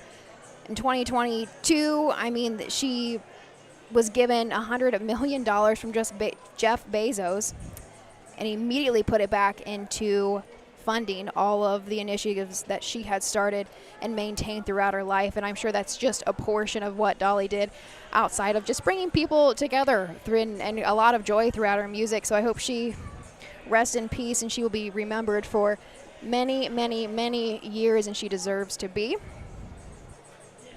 And I just wanted to bring that up when I say that. So I think a lot of people were affected by the loss of Dolly today and feel that pretty deeply. But rolling on to race 6 of 11 tonight, second division of sophomore colt trotters coming up.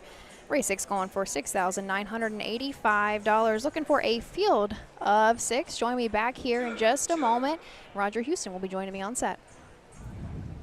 When you need supplies for your horse, one name stands out: Big D's. Since 1976, Big D's Tack and Vet Supply has been the equine experts you can trust. Whatever your horse needs is available at Big D's Tack and Vet Supply. Order online at BigD'sWeb.com. Use code FAIR26 and receive $10 off your next order. Big D's Tack and Vet Supply.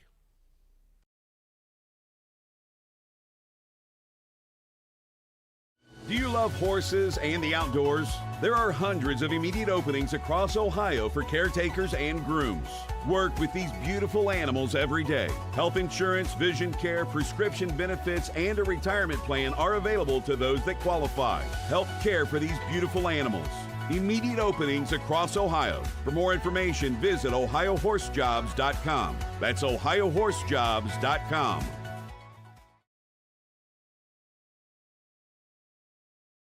Have you heard about Bob? It's the Buckeye Owner Bonus, the Ohio Harness Horsemen's Association's new incentive program. The program is for people who purchase yearlings or retain their homebreds out of mares registered and eligible for the OHHA's Breeders' Award program at the upcoming 2026 sales. The total bonus will be 1/2 the amount designated for that year's Breeders' Award program. For more information about the Buckeye Owner Bonus, visit OHHA.com or call 614-221-3650.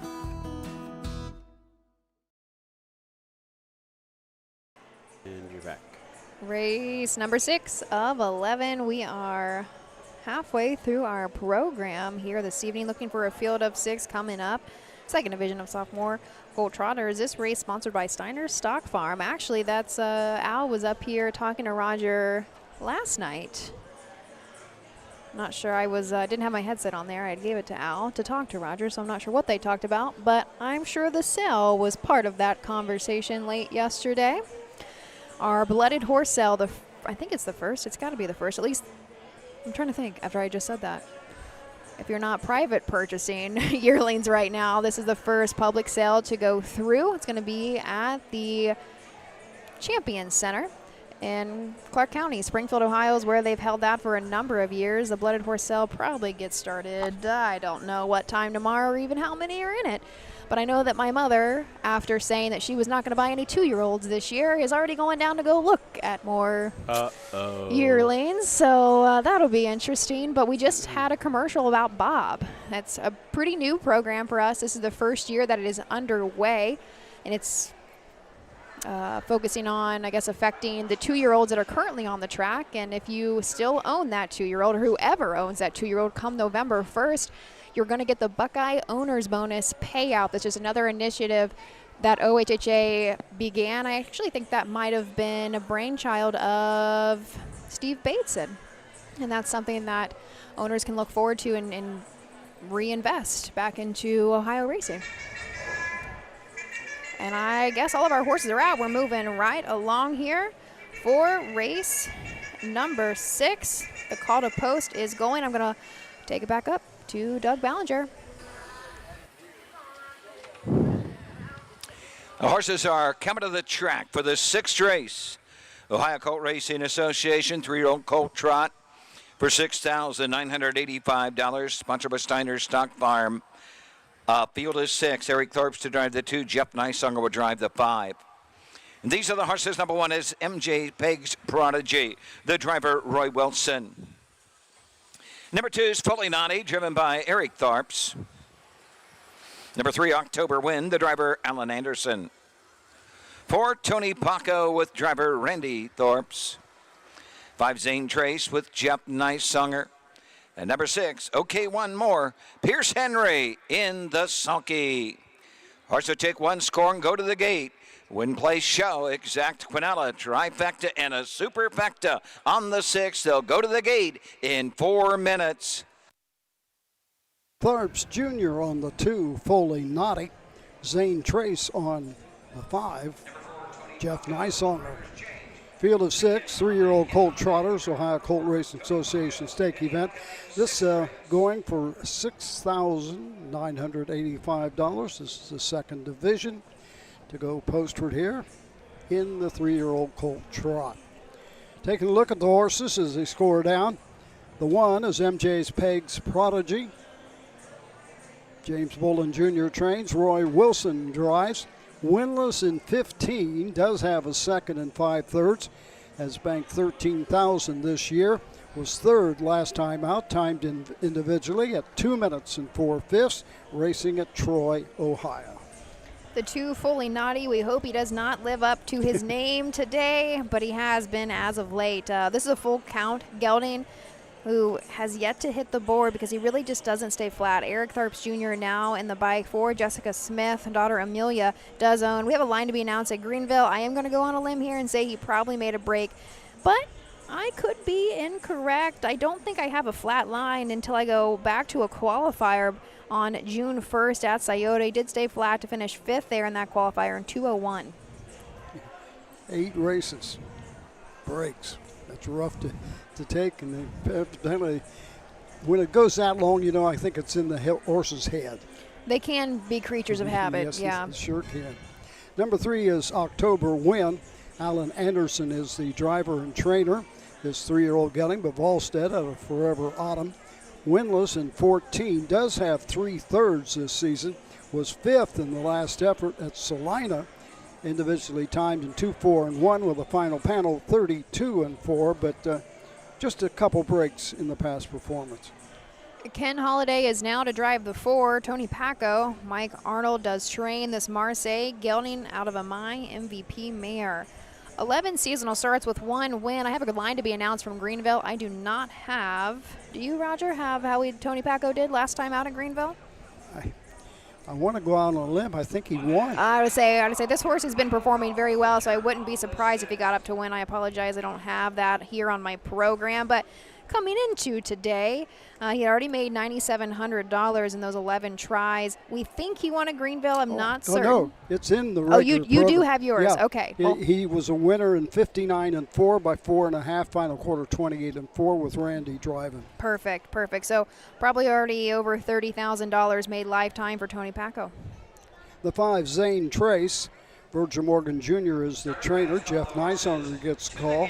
6 of 15 this season with a 2nd and 3/3. 54-1. Has banked $45,000 this year alone. Was 3rd in the last effort. Timed in 2:06. Final quarter 32. And that was Zanesville's day that they had a very off track. Then the 6, Pierce Henry for Phil Groves, who also owns this Triumphant Caviar gelding. OK One More. 18 seasonal starts, 3 wins, 4 seconds and 5 third-place finishes. Almost $20,000 made on the year, $56,000 made lifetime. This guy is coming off a third-place finish at Salina in 2 minutes flat. Trying to look back quickly. We do have a mile time some time ago, though. I think at Marysville in 1:59-4. Field of 6. Who'd you say is driving the 4? Ken Holliday. Ken Holliday. I talked to Ken before the races this evening and congratulated him on the season that he's having at the county fairs. I know, he's killing it. I think something like 35, 40 wins, getting close to it at the halfway point. Of course, he's driving a lot of horses out of the Luther stable this year. And he says, I says, you haven't driven as much last year compared to this year. And he says, it's all in the horse. If you can get the right horse, we can get it done. Ken trains out of Richwood, yeah? I do not know. I think he's got 12, 15, somewhere between there. I think he trains out of Richwood, which is next week, is their independent fair. At one time, he trained horses for Greg Luther. I think he's at Aiken. Oh, at Aiken. Okay. Let's go up to Doug Ballinger, call of race number 6. Come.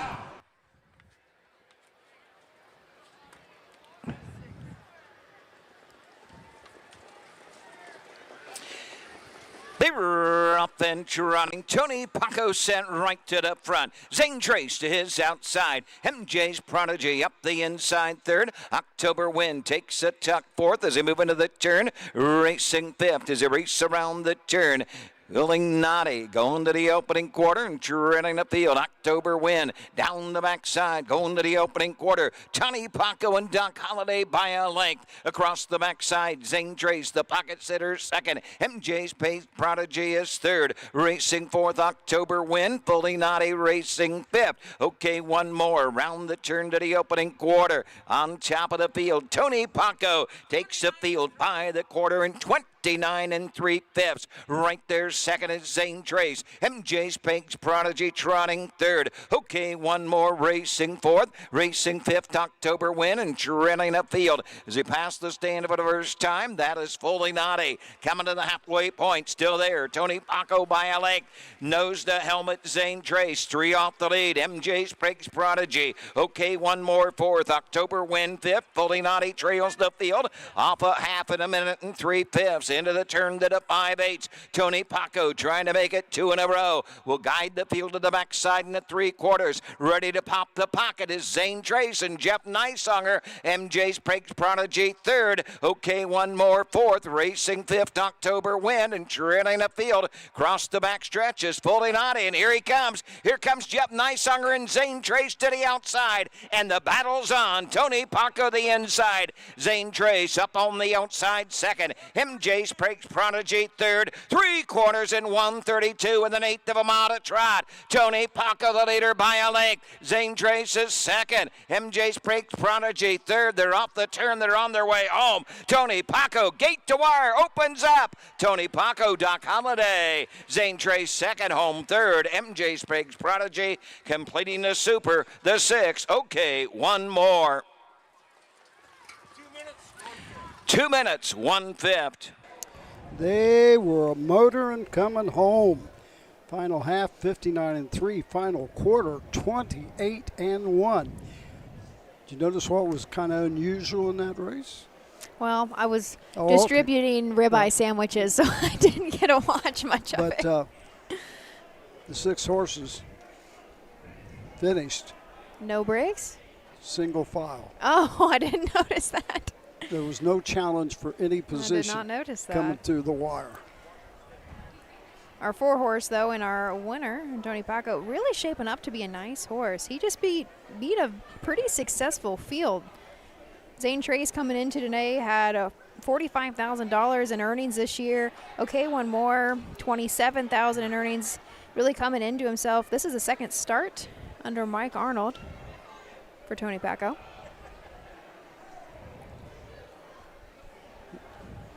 You know, you look at the last 7 starts, the last 7, forget the first 5. First 5 starts, learned a lot of lessons, but in the last 7, that is 3 wins. Maybe it's the last 8. 3 wins, 3 seconds, and a third.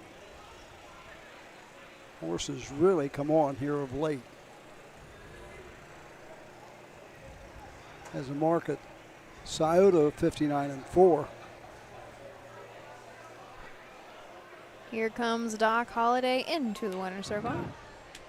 Back in front of the stands and moving into the winner's circle. One of the 6th race, the 2nd division of the 3-year-old Colt Trot for $6,985. Sponsored by Steiner Stock Farm, number 4, Tony Paco. The 3-year-old Beghetto Son of Marseille out of the My MVP mare. Tie Punch, 6th career win in 26 starts. Dean Peruzzi, Columbus, Ohio owns. Mike Arnold trains. Doc Holliday in the sulky, the mile, 2 minutes, 1/5.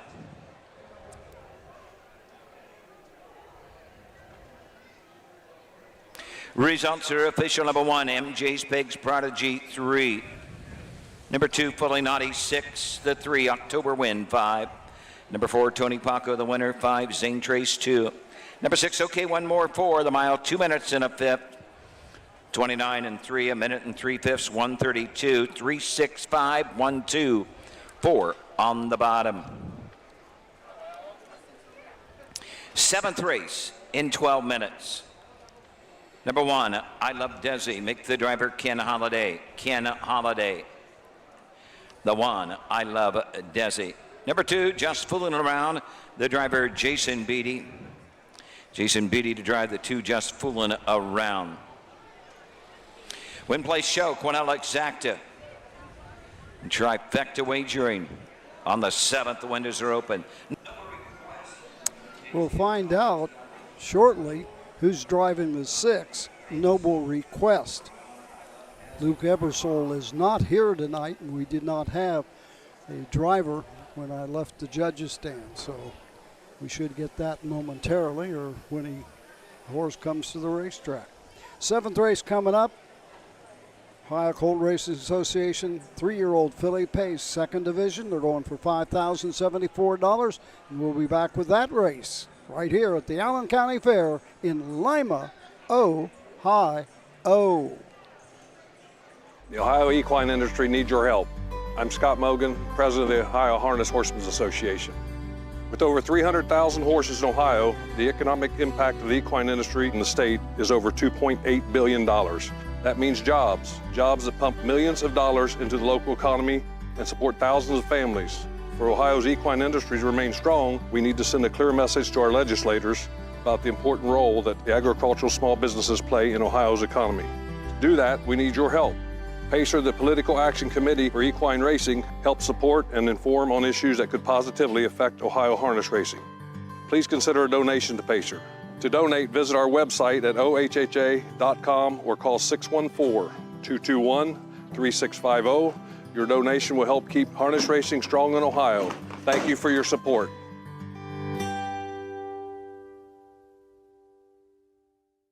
Hey kids, we invite you to join the Backstretch Buddies Club, a fun and free club for kids 12 and under who love horses and wants to be a part of harness racing in Ohio. Once you've signed up, you will be able to join Willie Winnett and exciting adventures and receive awesome surprises.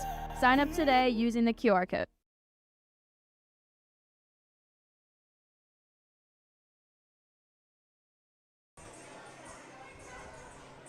Back here at Lima, or some newscasters in the state of Ohio pronounce it Lima, believe it or not. Yeah, you brought that up. Yeah. Yeah, did you what bring is that the up correct? yesterday? Huh? What's the correct pronunciation? Lima. Lima. Okay. Yeah. I yell at the screen when they pronounce it wrong. You know, that's like Waze that gives you the directions. It's Selena. Oh, huh. You got to listen to Betty. She doesn't know what's going on sometimes. A couple years ago, I mean, we've talked about it on air a few times, a pretty big traveler. That's what I like to spend my money and my free time on. And two years ago, I flew into Lima, Peru, and I thought it was pronounced Lima. Because everybody Lima, looked at you yes, strange. yeah, and it's like, oh no, it's Lima, it's Lima. That was one of the places I didn't know was on my list until I showed up, and that was such a spiritual, beautiful country, and I'd love to go back sometime. That was my first world wonder I got to check off because I got to hike Machu Picchu. You talk about a feat. Was climbing, like, I don't even know how many. It was stairs is how you climb. Part of that trail is probably 2 miles, a mile and a half up, straight up of stairs. Somebody asked me a couple weeks ago what country I liked the best. And I got to be honest, I think it was Australia. Really? Yeah, I was there for a whole week. And the people, I went horse talking to people on the tour, because the Australians want to hear everything about harness racing in the United States. It is not totally different. One thing that is different over there, and I drove in a race, had a field of 12, and I think I finished 4th. And You say you drove over there? yeah. I didn't know that, Roger. Well, That's pretty cool. 1995. What was different, the race bikes are almost like jog carts to begin with. And they do more things to the horse during the race than they even think about in the United States. Pulling the plugs, doing all these things. And I says, how in the world am I going to remember all this stuff? All the sulkies have mud aprons on it. Okay. So they brought the cords back on the mud apron and rode on the mud apron. Pull this cord at the 8th pole. Pull this one at the quarter. When you get to the half, pull this one. I had 5 things to do, and it popped the hood was one. Then it popped the earplugs is number 2. Changed the can't see backs, open them up for, wow. blinders. Yeah. Open them up at a certain point in the race. If they didn't mark it on the apron, you would have never. I've never done it. But I had one of the leading trainers over there as my teacher, and we still contact each other quite frequently. Lisa Justice. How many tracks are over there in Australia? Oh, I would say, well, we went in that week. We went to about 6 or 7 different tracks. They don't race year-round or anything like that. Short meets, and such. But I'm sure there's probably somewhere in the neighborhood of 25, maybe 30 tracks. It's a big country. Yeah. Australia, I think people underestimate how large that country is. Yeah. I mean, a lot of people just live along the coastline, but there is a lot of outback that makes up that country as well. A lot of people have told me, though, New Zealand is better than Australia. I have better in what sense? Well, I don't know. Yeah. Lord of the Rings. Is that going to be on your travel bucket list next? I think my days of traveling are about over. What about Ireland? You talked a little bit about your trip last night. I didn't have my headset on, so I didn't get to hear much. Ireland is unreal. What's unreal about it? Some overnight races will have 10 horses in it. Only the first 2 get money. Yes. Oh. Yes. Purses are real low. Yeah. Stake races, it's different. All 10 horses might get money. Bugle sounds are on the track.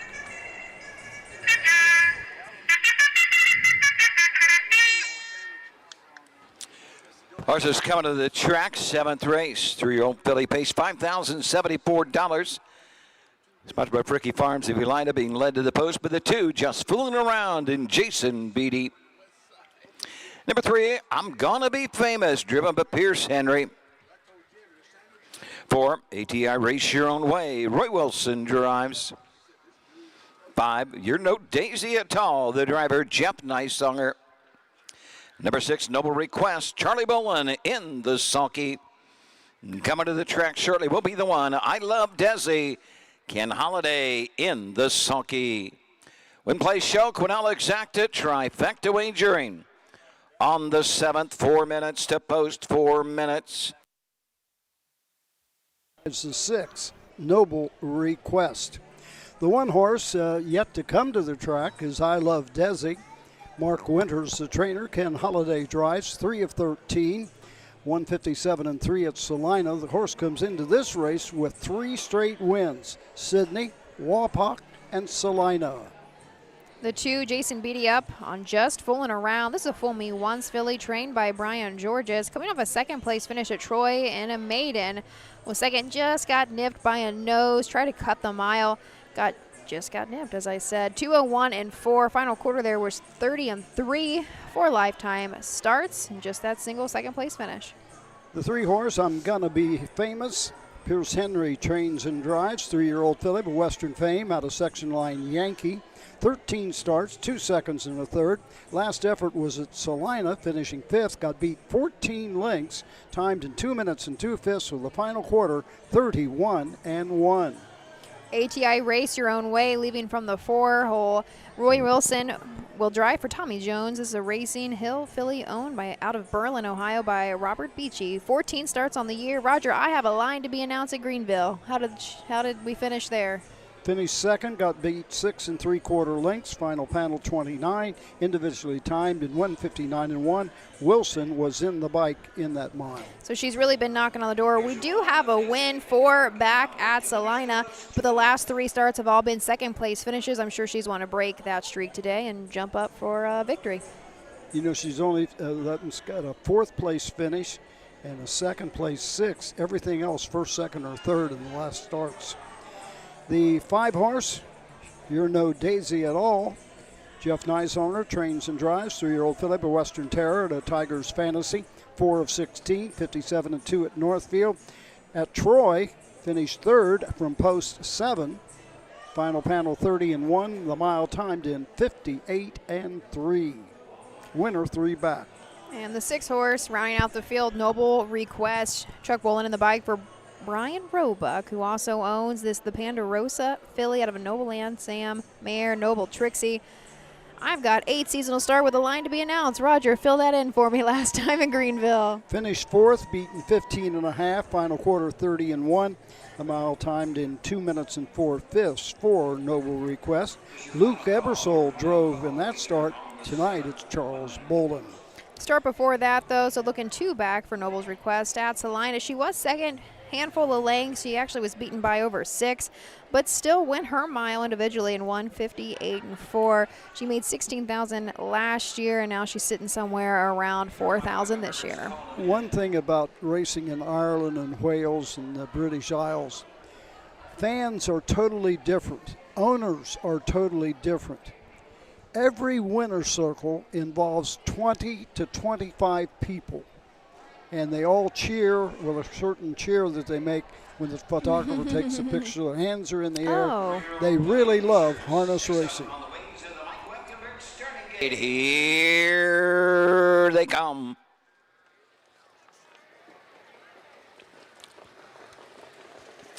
They're up and pacing. That's ATI Race Your Own Way. Sent right to the front. The inside just fooling around. Racing up on the outside 3rd. I'm Gonna Be Famous will take a tuck. Racing 4th. I Love Desi racing 5th. You're No Daisy at all. And Noble Request, the early trader 6th. 8 off the lead as they head up the backside for the first time. On top of the field, Roy Wilson shows the way with ATI Racing Your Own Way. Just fooling around, and Jason Beatty getting that 2-hole trip. Doc Holliday wastes no time with I Love Desi. He's out and on the move on the outside. Now 3rd, now 2nd. And I Love Desi steps right to the front. ATI Race Your Own Way 2nd. Opening quarter paced in 29 4/5. Racing 3rd, just fooling around. I'm Gonna Be Famous is next in 4th. You're Gonna Be Daisy racing next. And Noble Request trails the field. Straight alignment, no movement to go after. I Love Desi.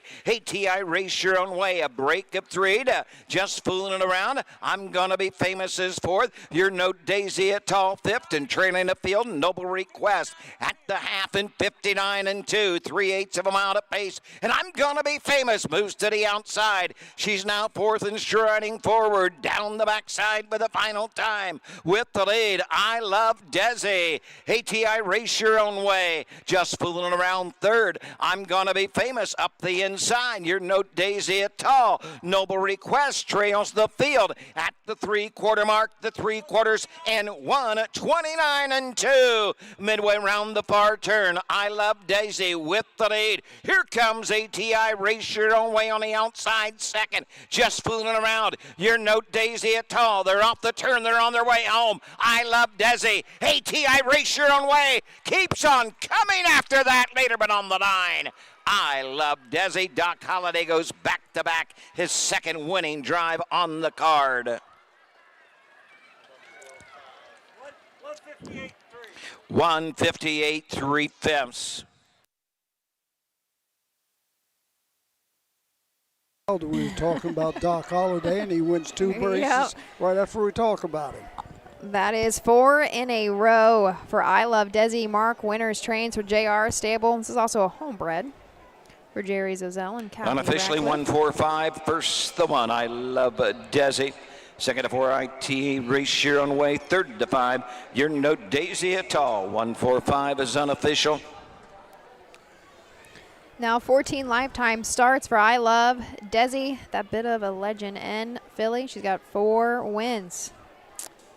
Mark Winters, the trainer. Regular driver is Jeff Niceowner, but Niceowner had one of his own here, so he had to drive it. You're No Daisy at All to a 3rd place finish. But has been mostly the driver on I Love Desi. Turned him over to Ken Holliday today.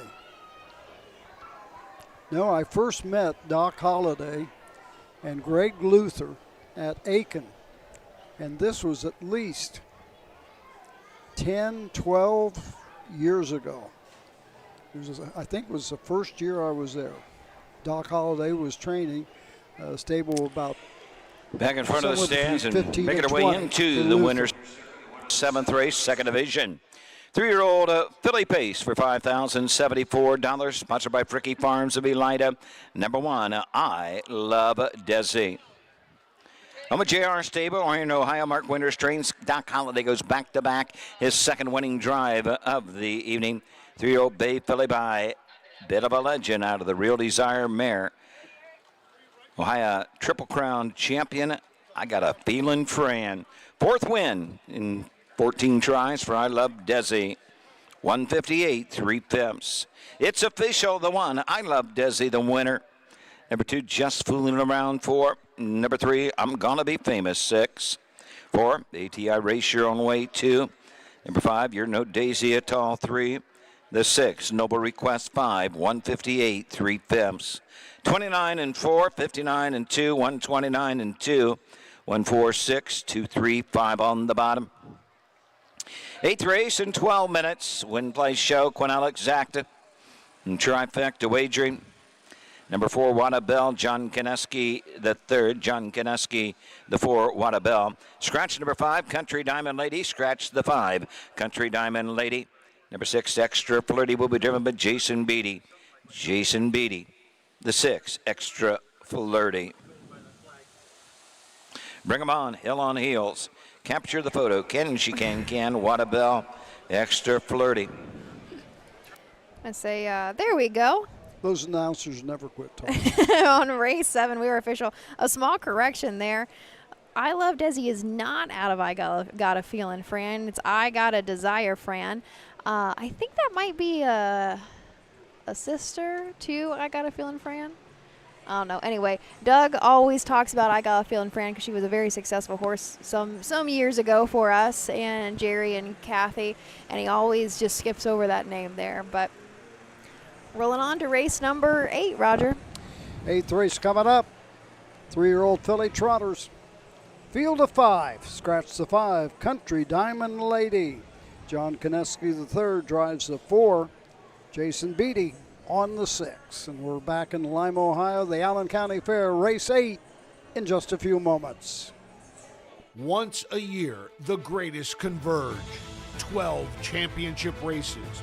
Over $7 million on the line. History will be made. Legends will rise. In October 2026, Scioto Downs becomes the venue where speed meets destiny.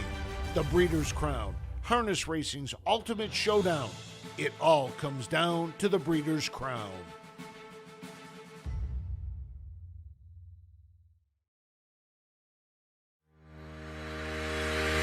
Own a little and love it a lot. TheStable.ca is an award-winning fractional ownership operation. Buy as little as 1% of a racehorse and experience 100% of the thrill.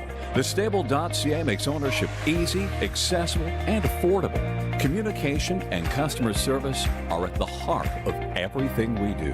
Get started at TheStable.ca.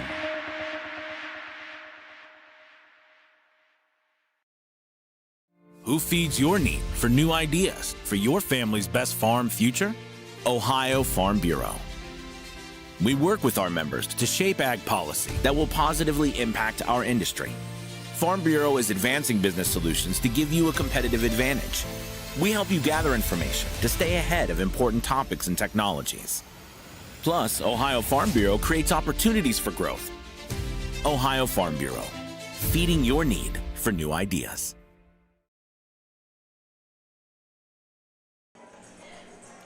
We're back and headed into race 8 of 11 this evening. Second division of sophomore filly trotters coming up next. We've had some nice purses all night long. Race 8 going for $7,174. Now scratched down to a field of 5. Did you see where Doug Spielberg said that his daughter went to Peru?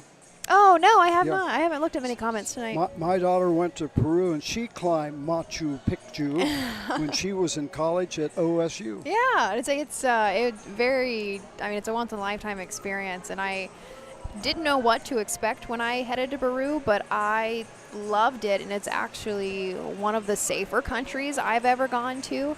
I've been to a handful in my time, and I just was really blown away as, you know, a single young woman traveler, how safe I felt in Cusco. I spent a lot of time in Cusco and other cities I'm trying to name off the top of my head, and I don't remember. Did you see the Nazca lines?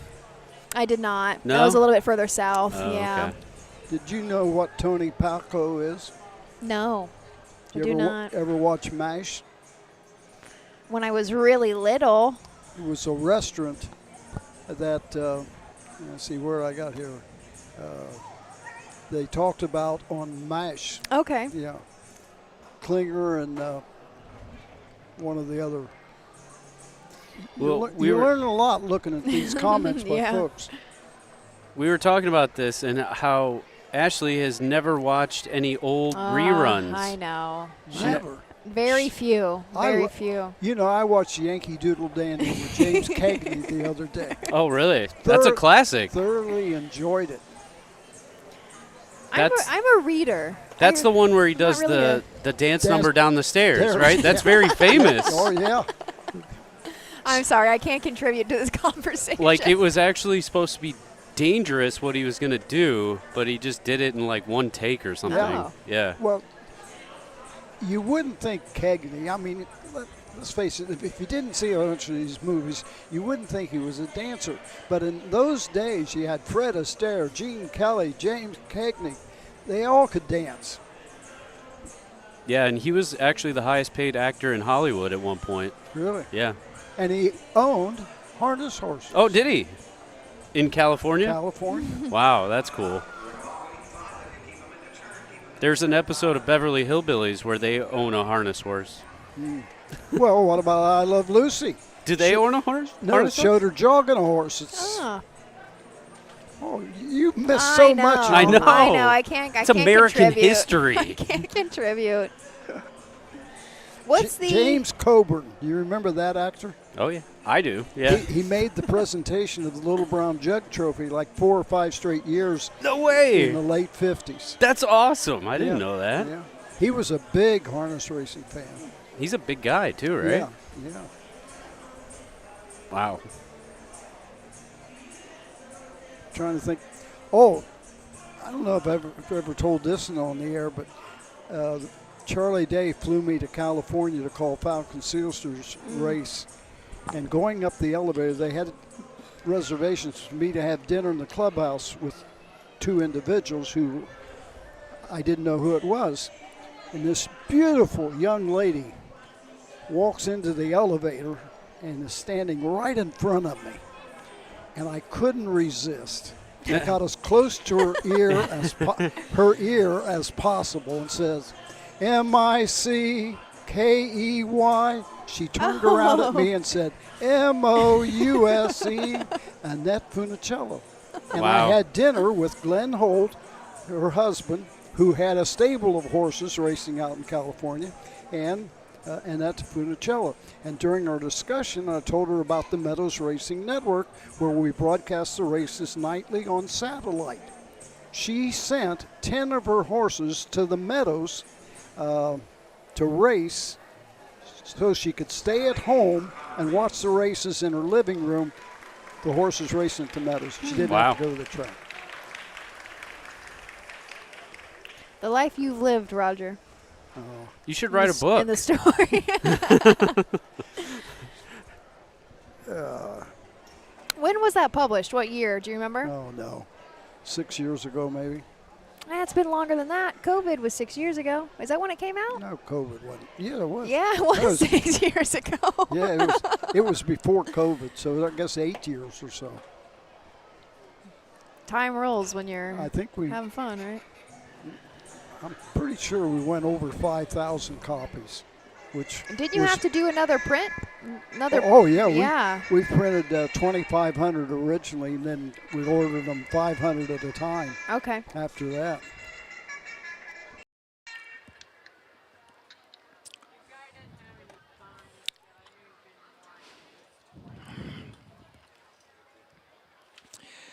Horses are on the track for the 8th race. Ohio Colt Racing Association 3-year-old filly trot. Sponsored by Delphus 10 and awning, $7,174. Scratch the 5 Country Diamond Lady. And these are the horses. Number 1, Hill on Heels. The driver, Mickey Holiday. Number 2 is Capture the Photo. The driver, Pierce Henry. Number 3, Can She Can. Jeff Nysaunger drives. Number 4, What a Bell. The driver, John Kineski. Number 5 is Scratched. And number 6 is Extra Flirty. Jason Beatty in her sulky.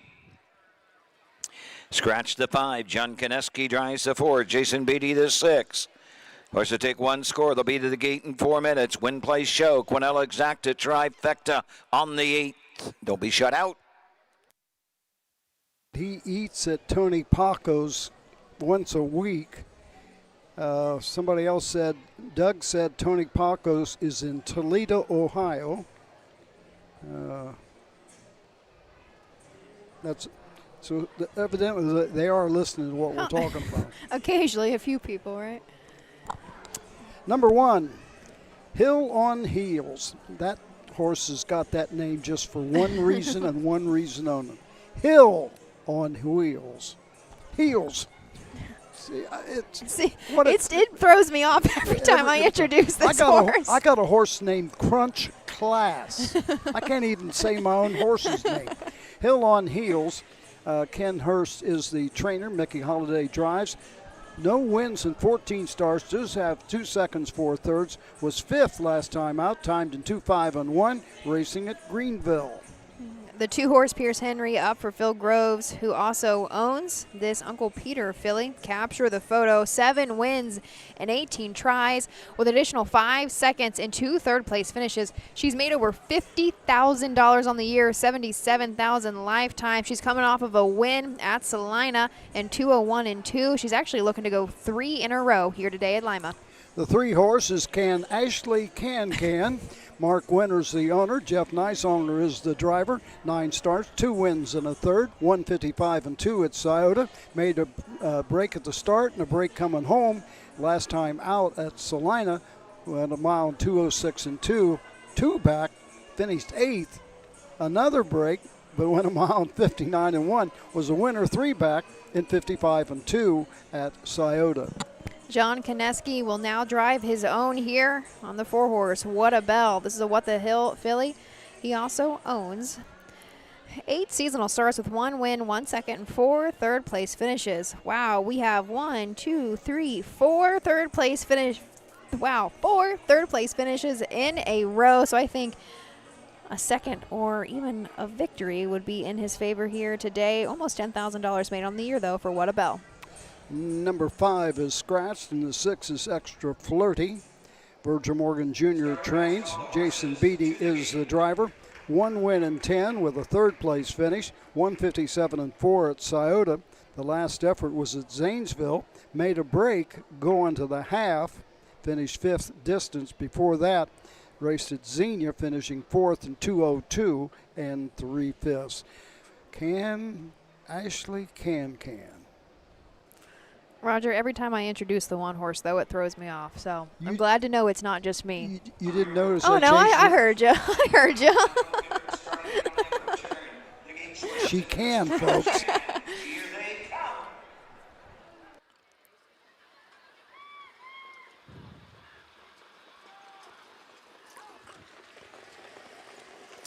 They Up and trotting, Capture the Photo goes right to the front. Hill on Heels comes out in second. Can third. What a Bell takes a tuck fourth. Extra Flirty will be the early trader as they race around the turn, racing on over to the opening eighth and up on the outside. Pierce Henry to the front end with Capture the Photo will guide him up the backside for the first time. Right there, second. Hill on Heels, a break of 4 to 5 lengths to Can.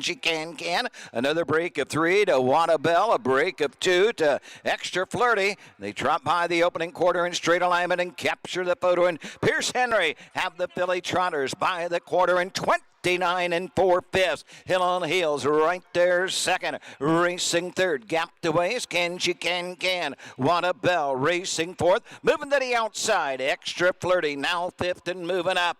Passing the stands first time. Coming to the half. Capture the Photo on top. Hill on Heels right there second. Can third. What a Bell fourth. Extra Flirty up on the outside is fifth. The outer flow begins to develop as they race to the 5/8. Off a half in a minute and 3/5 to the backside they go. Capture the Photo trying to make it 3 in a row. Will guide the fillies on over to the 3/4 mark. Hill on Heels right there. Here comes Can. Out and on the move to the outside. Now third and moving up. What a Bell fourth. Extra Flirty the outside fifth. At the 3/4 mark it's still Capture the Photo into the far turn. But here comes Can. Second on the outside. At the 3/4 in 1:31 and 3. Capture the Photo's got every call. Headed her way so far. Can she fend off? Can. Up the inside. Hill on Heels win a room. They're off the turn. They're on their way home with the lead. Capture the Photo jumping it off. Can. Here comes Hill on Heels. One final surge, but on the line. Capture the Photo will reach in time. Hill on Heels second. What a Bell home third. And guess what? 2:02, 1/5. What a Bell. 5 straight third place finishes. Coming to the half, I said it wasn't going to be third, but thanks to the break of She Can gets the third spot. So we get a 2-1-4, 2-1-4 in race 8.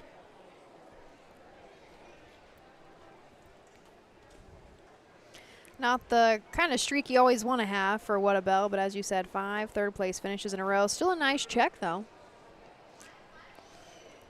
Capture the Photo. 1, 2, 3, 4, 5, 6 wins in the last 10 starts. So he won 1 of 8 to start the season. The only time in the last 9 starts, I guess, didn't get a check was at Scioto, finishing 6th, but went in 56 and 1. Pierce Henry. We don't get to see him at a lot of county fairs, but when he's there, he wins races. Returning to the winner's circle. Going to take the long way around. Our golf carts just getting back there onto the track. Our horsemen have a long way to go. Oh, yeah. To make it over here to our winner's circle.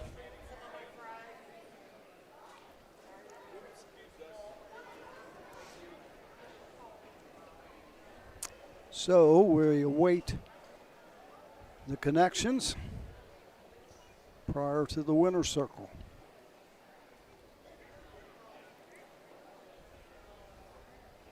The young lady driving the golf cart does everything here. Drives the golf cart with the back in front of the stands and moving into the winner's circle here at the Allen County Fairgrounds. You went to the 8th race, the Ohio Colt Racing Association 3-year-old filly trot, 2nd division. This division for $7,174. Blanket by Delphus 10 and awning. Here's the 2. Capture the Photo. She's a 3-year-old bay filly by Uncle Peter out of the Broadway home mare, Broadway Photo.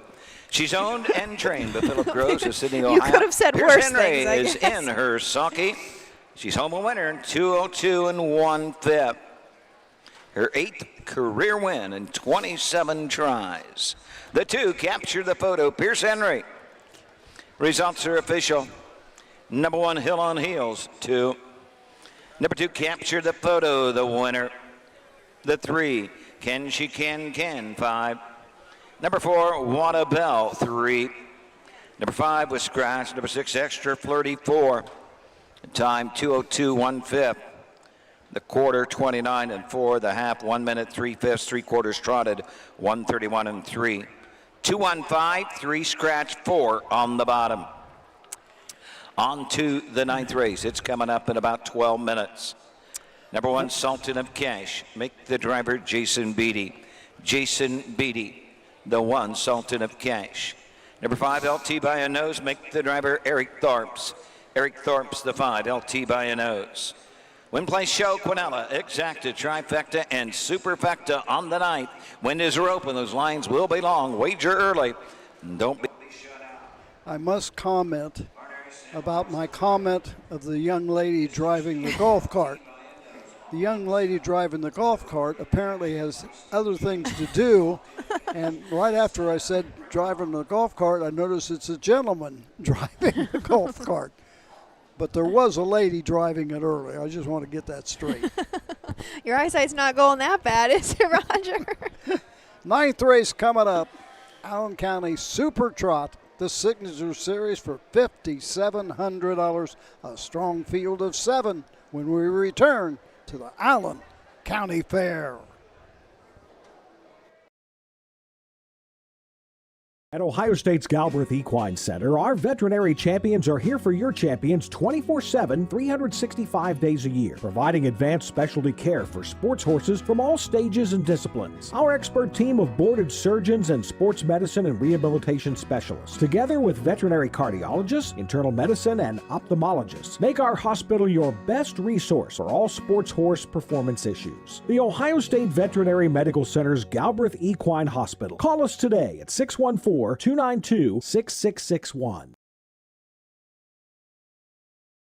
Feel the thunder, experience the speed, witness the excitement of Ohio harness racing. Ohio is home to 4 pari-mutuel tracks with exciting action at Northfield Park, Scioto Downs, Miami Valley Gaming and Racing, and Dayton Raceway. Plus racing at 66 county and independent fairs statewide. From legendary events like the Little Brown Jug to the Dayton Racing Derby, Battle of Lake Erie, and Next Generation Stakes, Ohio is where champions race. The speed, the tradition, the excitement. Don't just watch it, be a part of it. Race Ohio, it's your best bet. Dublin Valley Farms, home of Volstead, sire of multi-million-dollar performers with his first big crop of talented 2-year-olds making their mark on the track. Also standing, Slay, son of Chapter 7, with his highly anticipated first crop of yearlings selling this fall. And Coach K. Hanover by world record holder Wallner with his first crop of 2-year-olds hitting the track this summer. Looking for your next superstar? Dublin Valley Farms and our clients proudly offer high-quality yearlings with pedigree, conformation, and performance potential at public auctions this season. Backed by a team that cares, Dublin Valley Farms, Fredericksburg, Ohio.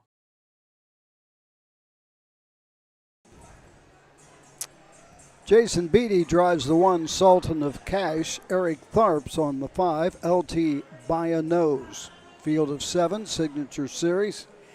When they started the Signature Series, it was for trotters only.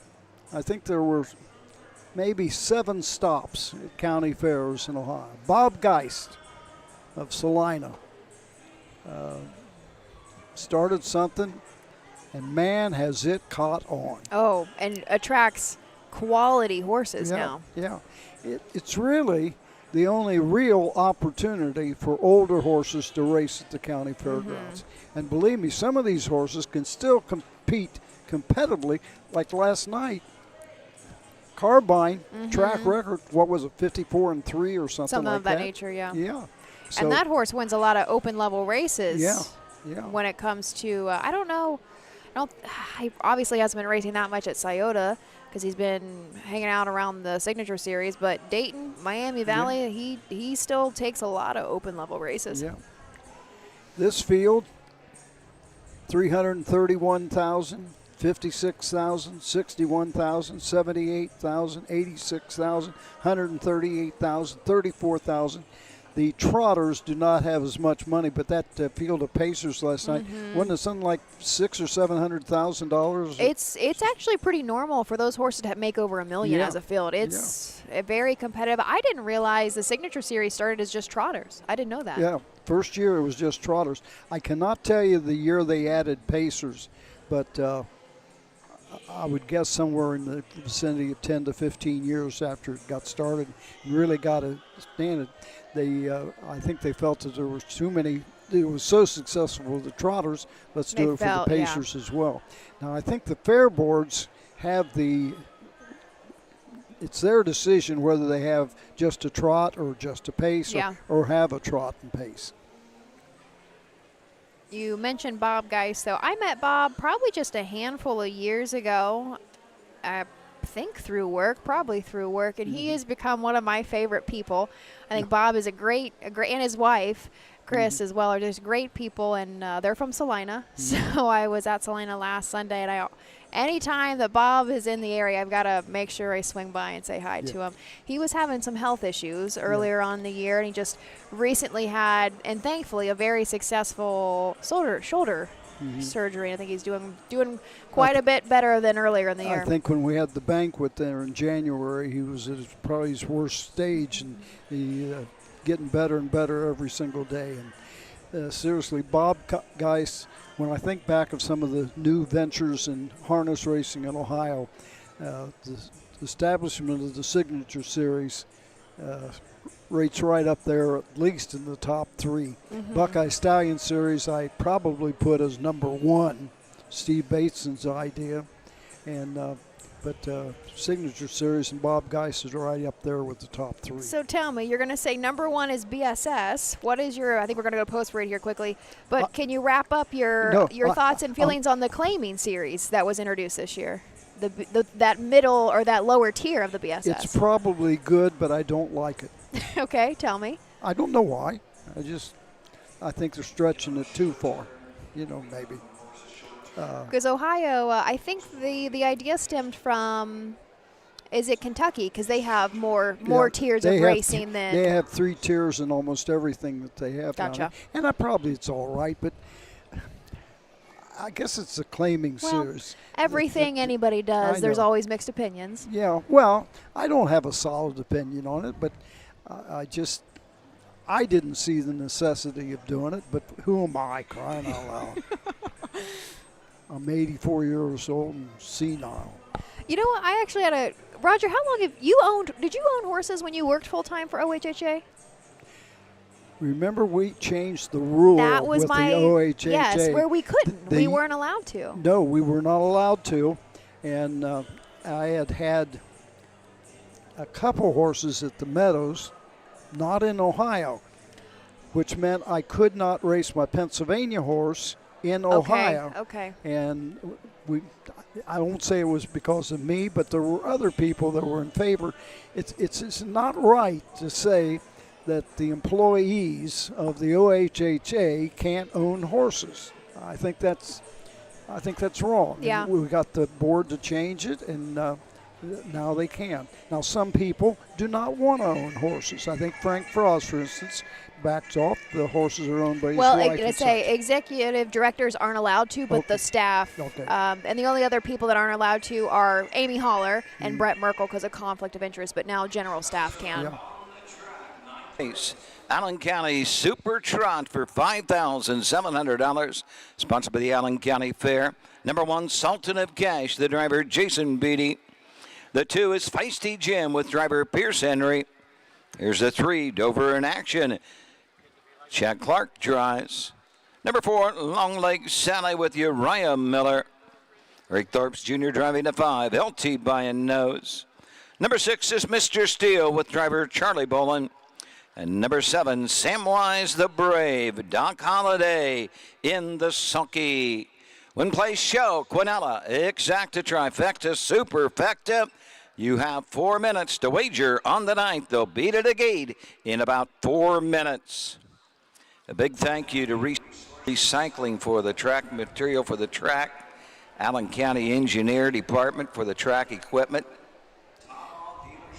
Field of 7 to go postward here. Sultan of Cash, Roger Hughes Jr. trains. Jason Beatty drives. 1 of 9, 57-1 at Miami Valley. Made a break last time out at Troy and finished 8 distance.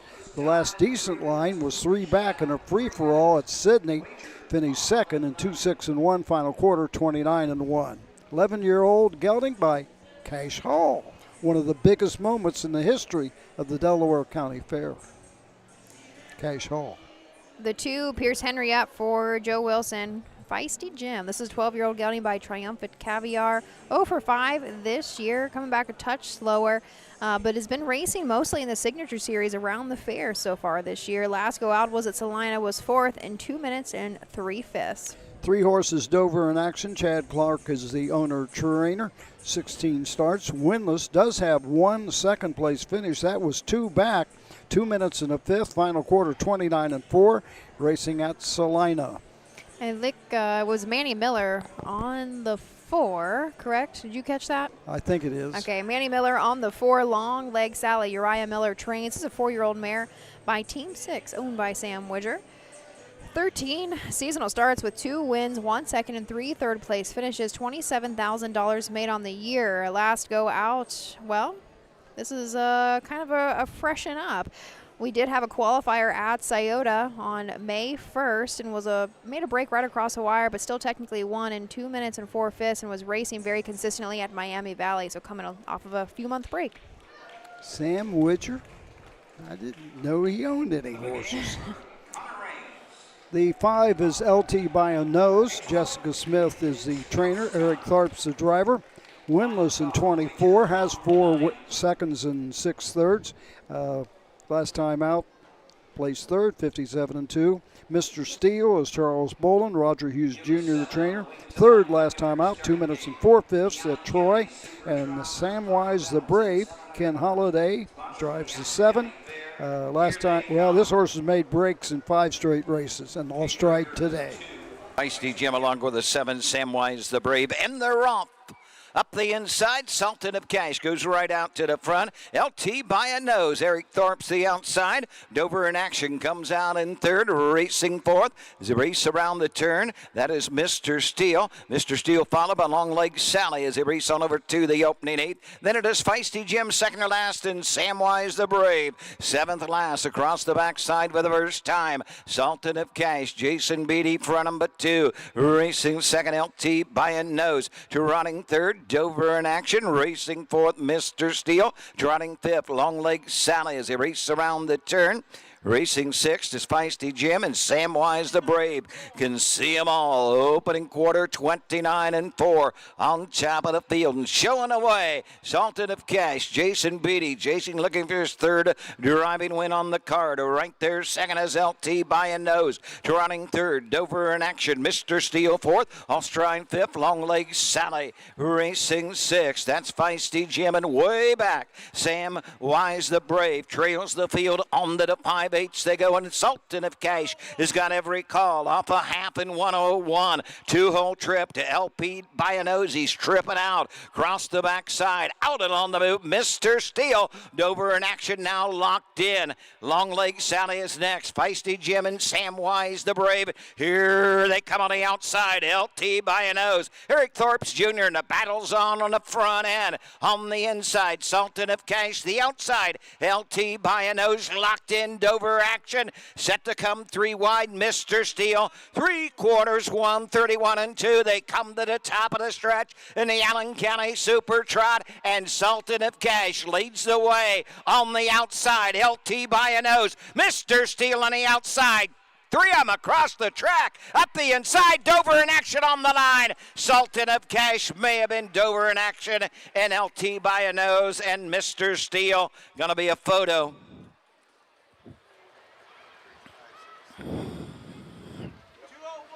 I agree with you. 2:01 and 4/5 for our winner, Sultan of Cash. Roger Hughes Jr. trains. Jason Beatty with another victory on the night. You got to say Roger Hughes Jr. One time they paged Roger Hughes to go to the starting gate, and I thought to myself, why are they paging me to go to the starting gate? got to say that Hughes real clean. Oh, because you thought it was Houston. That's Yeah, why. Okay, yeah. gotcha. Yeah. Of course, I know Roger well. He's a Greene County boy, Jamestown, Ohio. And does he still have? Yeah, he still has Mr. Steele as well. So he gets a first and a fourth in this one. And that shows the competitiveness of the Signature Series. 4 of them within 2 lengths, maybe a length and a half at the wire. Sultan of Cash, an improvement from his last couple of starts at Troy and at Xenia in the free-for-all and the Signature Series, respectively, had breaks. Nice mile out here today for him. 10 seasonal starts now with 2 wins. This is a pretty decent purse. Sometimes the Signature Series don't go for a whole lot, but tonight we were going for $5,700. 11-year-old gelding by Cash Hall adds just a touch more, but Lifetime coming in tonight had made $331,000.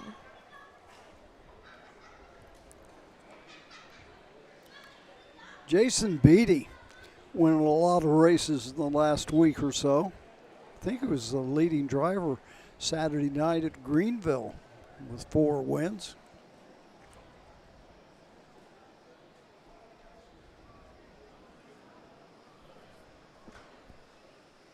Don't know if he patterned his colors after Yannick Gingras or not. Of course, Yannick's a different shade, but the pattern is almost identical. $5,700. Number 1, Sultan of Cash, the 11-year-old bay gelding by Cash Hall out of the Conway Hall mare. Anything But Love, 27th career win for Sultan of Cash. Roger Hughes Jr., Jamestown, Ohio. What's his? Owns and trains. Jason Beatty in the sulky. Caldwell. Jason Beatty gets his 3rd winning drive on the card here at the Allen County Fair. The 1, Sultan of Cash. Jason Beatty makes the 2026 Allen County Super Trot in 2:01 and 4/5. And it is official. Number 1, Sultan of Cash, the winner. Number 2, Feisty Jim, 6. The 3, Dover in Action, 2. Number 4, Long Leg Sally, 5. 5, LT by a Nose, 3. Number 4, 6, Mr. Steele, 4. 7, Samwise the Brave, 7. 2:01, 4/5, 29 and 4. 1:01, 1:31 and 2. 162, 5, 3, 4, 7 on the bottom. 10th race, number 1, Vintage Waffles SBGR will be driven by Mickey Holiday. Mickey Holiday, the 1. Number 5, Barefoot on the Beach, Eric Tharps Jr. Eric Tharps Jr., the 5, Barefoot on the Beach. And the 6, Speedy as Hill. The driver will be Jeff McNabb. You're going to have Win Play Show, Quinella Exacta Trifecta, and a Superfecta on the 10th. Wager early, those lines will be long. 10th. We just finished the anti-penultimate. Yeah. The 10th is the penultimate coming up on Racing at the Fairs. Back in Lima in a moment.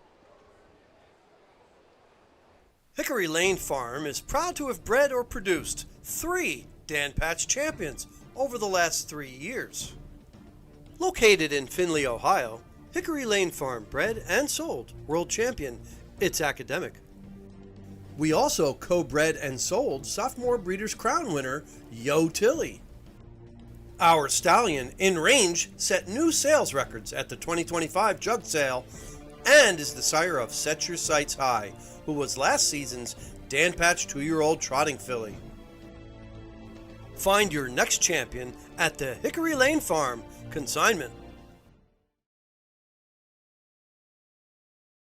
When you need supplies for your horse, one name stands out: Big D's. Since 1976, Big D's Tack and Vet Supply has been the equine experts you can trust. Whatever your horse needs is available at Big D's Tack and Vet Supply. Order online at BigD'sWeb.com. Use code FAIR26 and receive $10 off your next order. Big D's Tack and Vet Supply.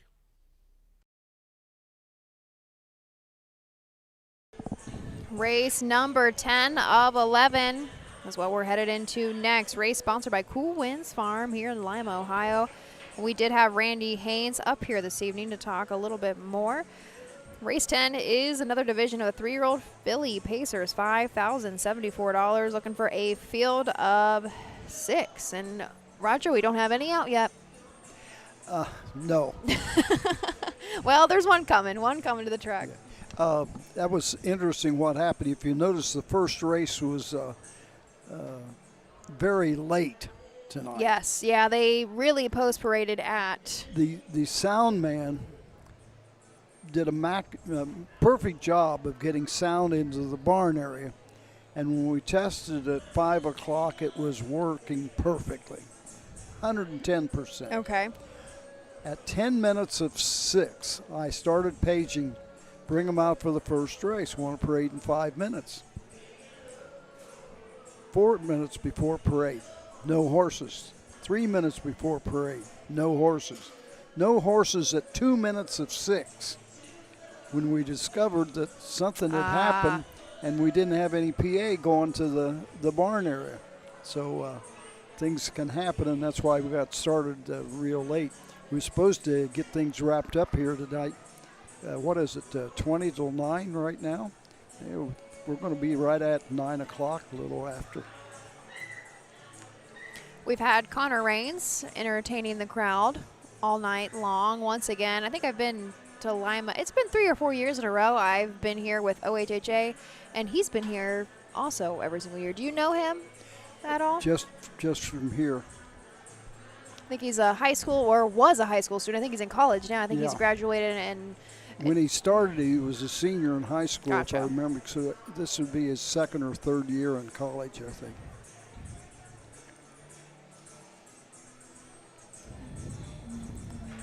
You're headed to Greenville the next 2 nights for the partials. Yeah, looking forward to it. Doug and I are going to have a kind of not so much funny schedule tomorrow night. Usually I open the card with like 5 races and then he finishes up. So I think tomorrow night 5 and 6 or 5 and 5. But then the race that I always call is the amateur races and such. But for one reason or another, they put them on the 8th, the 12th, and I don't know, the Annie Oakley might be even earlier than that.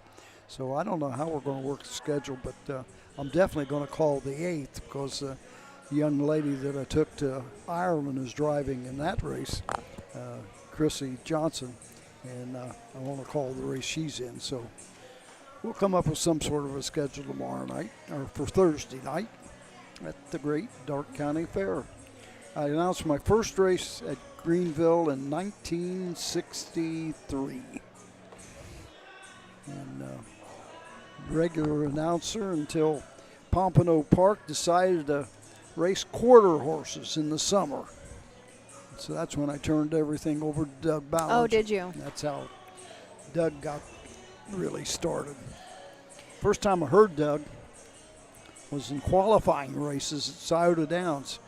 And at that time, I was helping Mark Ferguson train horses and in Florida each year. And I had stopped at Scioto to jog and train some horses. And my favorite horse, if anybody remembers Mark Ferguson, had a pacing mare by the name of Terry Painter, owned by a gentleman, I believe, in Piqua, Ohio. And she was my all-time favorite. And anytime I was around Scioto, I'd stop in the morning and jog her, train her, or whatever.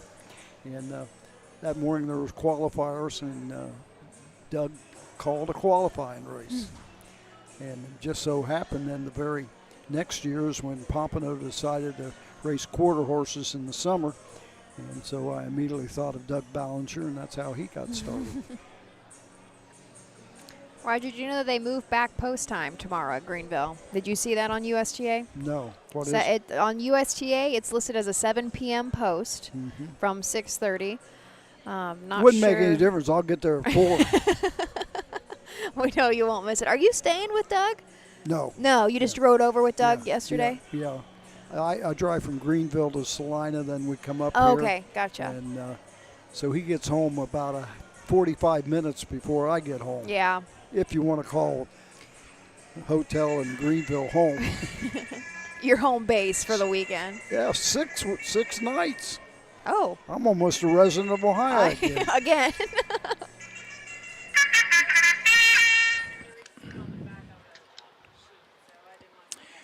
Horses are on the track. 10th race.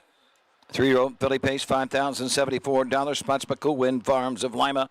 Mickey Holiday, the 1. Eric Thorpes Jr., the 5. And Jeff McNabb will drive the 6. And these are the horses. Number 1, Vintage Waffles, SBGR. The driver, Mickey Holiday. Number 2 is Dancing Again. The driver, Jeff Nicesonger. The 3, Sunday Thunder with Ken Holiday. Number 4 is Tippin' Tequila. Roy Wilson drives. 5, Barefoot on the Beach with Eric Thorpes Jr. And number 6, Speedy as Hill, Jeff McNabb in her sulky. Win Place Show, Quinella, exact a trifecta and a superfecta, and they're going to the gate in about 4 minutes. I don't know where home is anymore. I've been home 5 days out of the last 31. Yeah. 26 nights in hotels. Bet you got a bunch of hotel points, Yeah, though. you're a diamond member now. I don't think they're connected with Europe, though. Number 1, Vintage Waffles SBGR. The SBGR is Saved by Grace Ranch. You ought to have heard me pronounce this horse when we raced in the matinee earlier this year. I didn't realize what the SBGR was. Found out shortly. 3-year-old filly, Western Vintage, 7 starts, a second. Was 6th last time out in 2:05, racing at Troy. Our 2 horse, Jeff Nicesonger up for Brian Jones. This is a Dancing Yankee filly. Dancing again. 7 seasonal starts with 5 wins and an additional 2nd place finish. $12,000 made so far in the year. The last time out at Greenville. I have a line to be announced. Roger, do you want to fill that in? Was 2nd, beaten 3/4 of a length. Last quarter, 29-3, individually timed at 159-3. Jeff Nicesonger was the driver. He's driving again tonight. And that is Dancing Again. 3 horses, Sunday Thunder. This one is Eddie Poling. Kenny Holiday is the driver. 1 of 14 this year. Also has 3 third-place finishes. Has a mark of 59-2 at Northfield on the half-mile track. Made a break at Greenville in the last effort from post 6. Broke throughout the stretch coming home. It was timed 2:01, final quarter 30-2. Last good line was the third-place finish, 2:03. That was at Xenia, Ohio. The 4 horse, Roy Wilson for Tommy Jones, who trains and owns, is down by the Seaside filly, Tippin' Tequila. 17 seasonal starts with 4 wins, 6 seconds, and 1 third-place finish. $18,000 made on the year. If I look 2 back, Troy was a winner despite a 2nd-tier finish. The 5 is Barefoot on the Beach. Randy Smith trains. Eric Thorpes Jr. drives. 1 of 16, 2:02-3 at Circleville.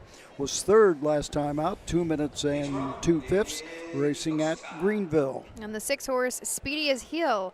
I did it again. That always throws me off. Speedy as Hill. Jeff McNabb does drive for Pat Malloy Jr. 2 back at Scioto, and an onwards of 1 with a claiming tag was a winner in 155 flat.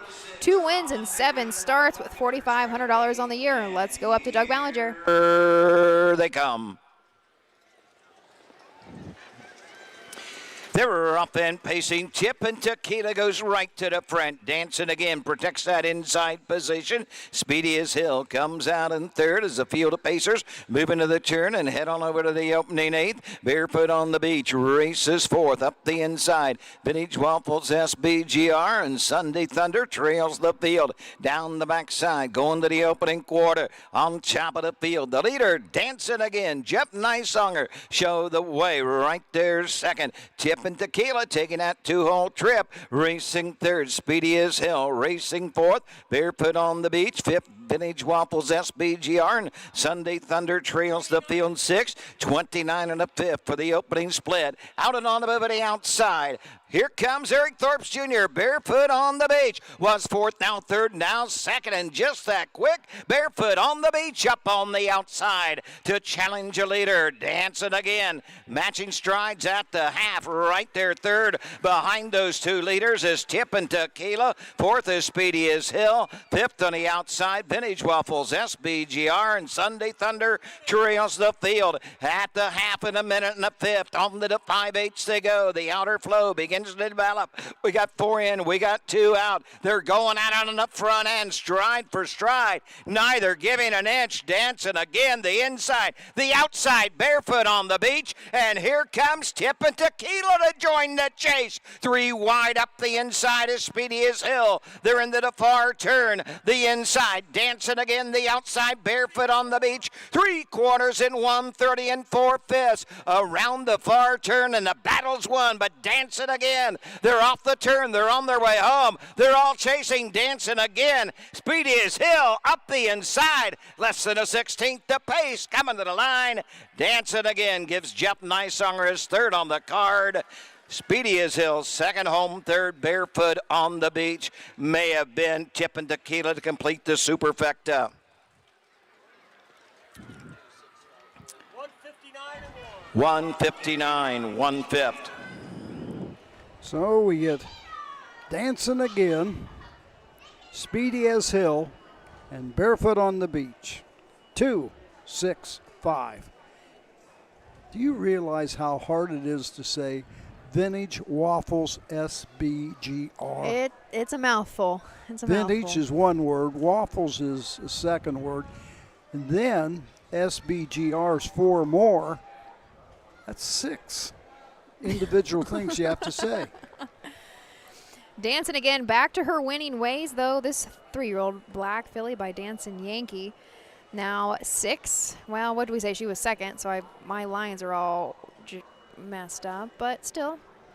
And 9 seasonal starts now. We've won 6. Say she came on pretty hot and heavy and had a very nice streak earlier in the year. Pretty lightly started last year as a freshman. Only 4 starts, and she had 2 wins and 2 seconds in those 4 starts.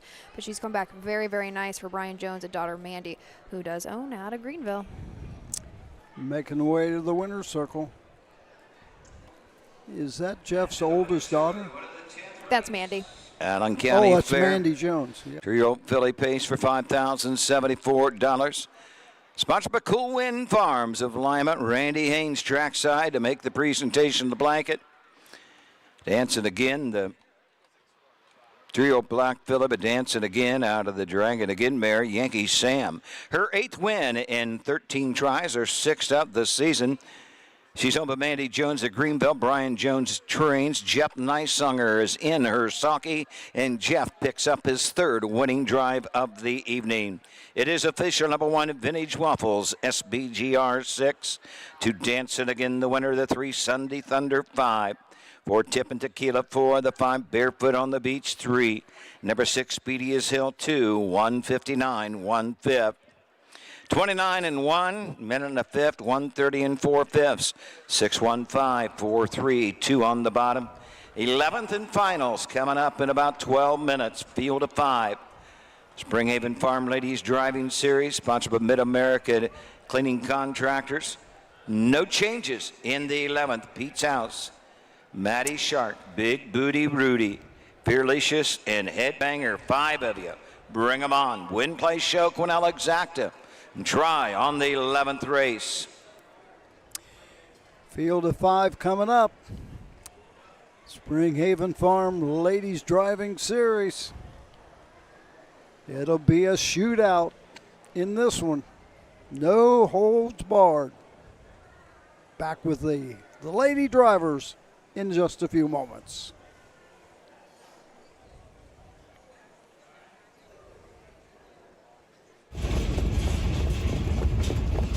Hi, I'm Dean Gillespie, and I want to tell you about the Ohio Colt Racing Association. There's 19 member fairs, and they sponsor the Partial Futurity in Greenville, Ohio. You need to race in the OCRA. Great racetracks, great people. Bring the kids and come out to the fair, and remember, fair time is fun time.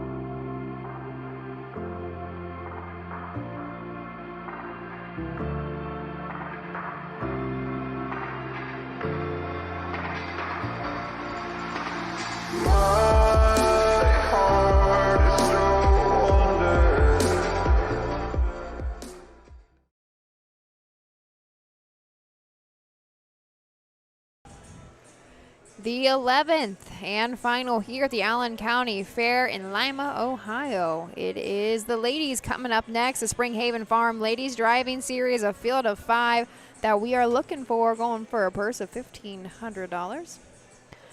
And these girls are all basically in a shootout for points at this point. Yep.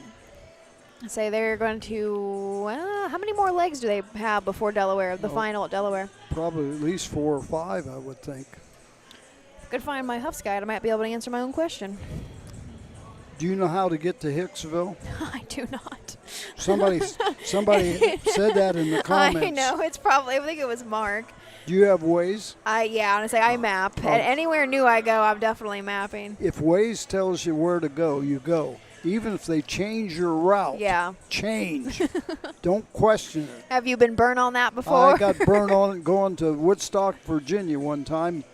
Drove right into a traffic jam that lasted for 45 minutes. Ooh. Yeah. Non-stop.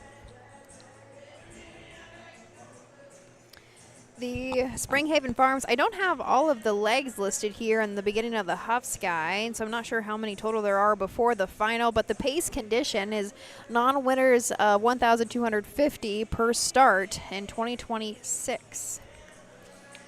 Now, is Bill Peters, he puts these races together? Bill Peters and Emily Hay, I think, work in tandem to get this program together, and they'll publish point standings on USGA every once in a while as well. They used to send me the point standings, but I haven't got it for the last couple of years. OHHA, I haven't gotten it either. I do see it. They might have posted on Facebook maybe last week or so, but that's the only way that I knew what was going on. And I can't remember who's leading I don't know right now either. Oh. That's one thing about YouTube. I was watching the comments earlier, and we were right on. But then when I turned my phone on now, it picked up where I left off. Yeah. Do you know how to fix that? Do you want me to show you how to fix it? How do you fix it? All right. Can you open it back up?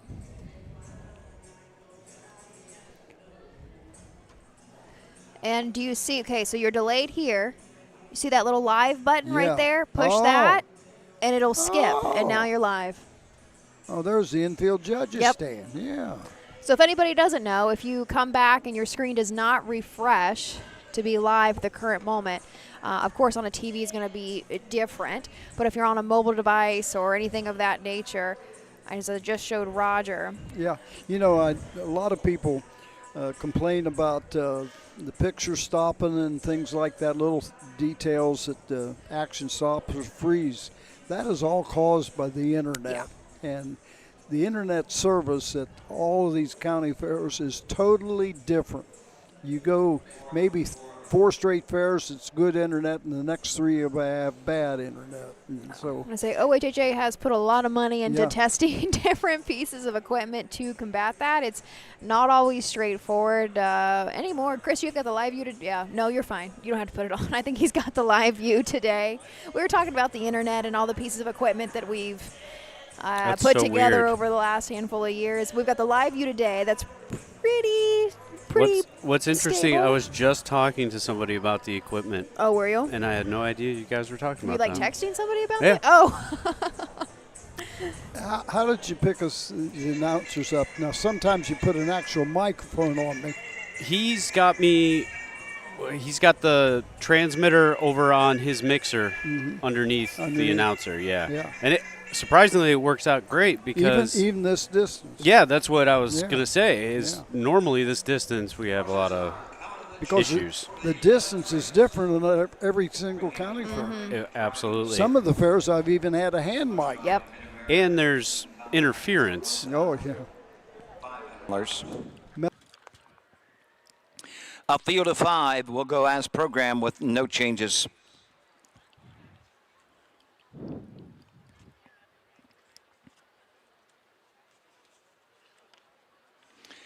Number 1 is Pete's House. The driver is Mariah Wright. Number 2, Maddie Shark. Leslie Joyce drives.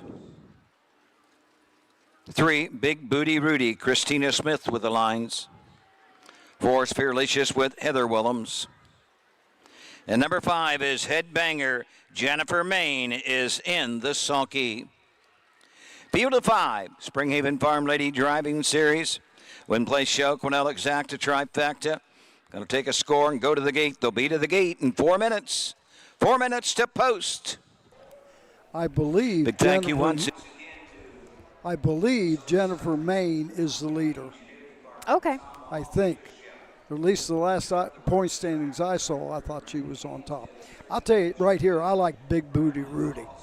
This horse is a monster. Doesn't win them all, but boy, you get a big effort out of this horse all the time. Pete's House, Mariah Wright, the owner trainer. 19 starts, 2 seconds, 2 thirds. This is a 4-year-old gelding by Freaky Pete. 5th last time out, 2-4-2 at Xenia. The 2-horse, Maddie Shark. Leslie Joyce trains and drives his 5-year-old mare by Revenge Shark, owned out of Inglewood, Illinois. 0 for 20 so far on the season. We have hit the board a handful of times. I've been racing kind of around Ohio. Raced a bunch earlier in the year in Miami Valley. Went over to Woodstock, Northfield Park, Scioto Downs, and actually just raced last time out at Greenville in a 7,500 claimer. Finished 5th there in 2:01 flat. $15,000 on the year for Maddie Shark. The 3-horse, Big Booty Rudy. Randy Smith trains his daughter Christina Smith, the driver, who is the outrider at Hoosier Park. 15 starts, 1 win, 6 seconds and a third, 158 and 3/5 at Marysville. And I think I announced that race and beat her sister, Amelia, finished 2nd. Big Booty Rudy, last effort was at Xenia, finishing 4th at the home track. 2 minutes, final quarter, 30 seconds flat. Heather Willems to drive the 4. Fearlicious for Michelle Caldwell. This is a 5-year-old gelding by Fear the Dragon. Caldwell also owns 11 seasonal starts, has yet to hit the board, but has made $1,400 last time out at Xenia. Was in the Ladies Series, unfortunately just out of the money, but went their mile in 2:02 and 4, I think that is. The 5-horse, Headbanger.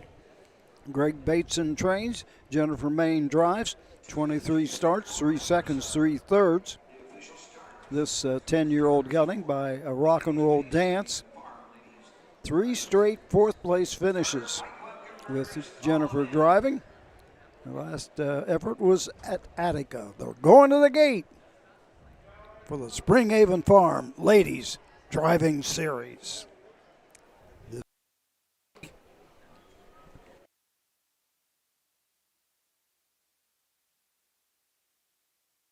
Here they come.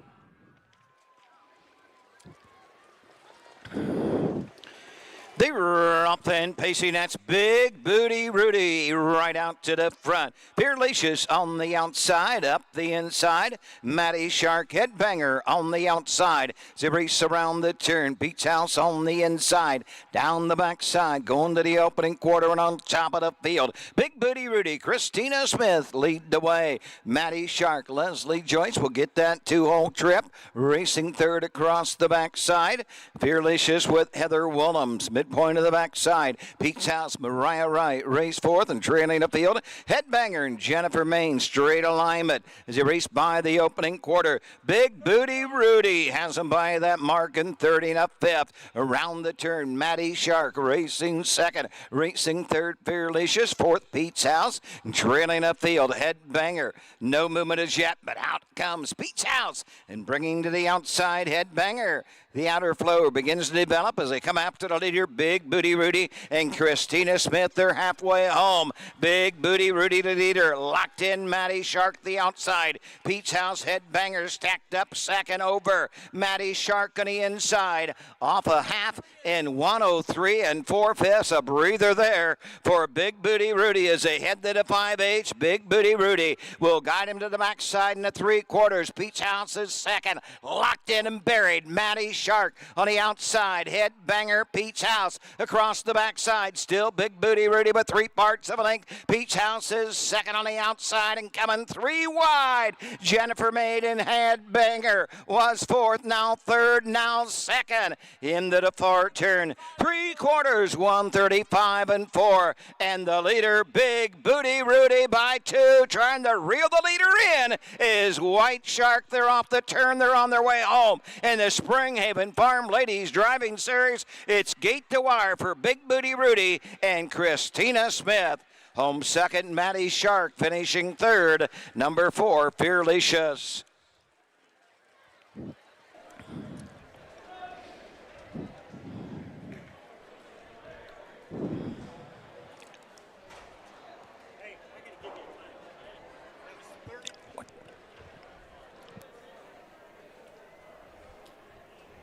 I'm still waiting the for mile, that. 203, 1/5. 203, 1/5. To put it in simple terms, Christina Smith put this field to sleep. To allow her to get to the half in 103 and 4 with Big Rudy, to get to the 3/4 in 135 and 4, there was no doubt who was going to win this one. Last half, 59 and 2. The last quarter,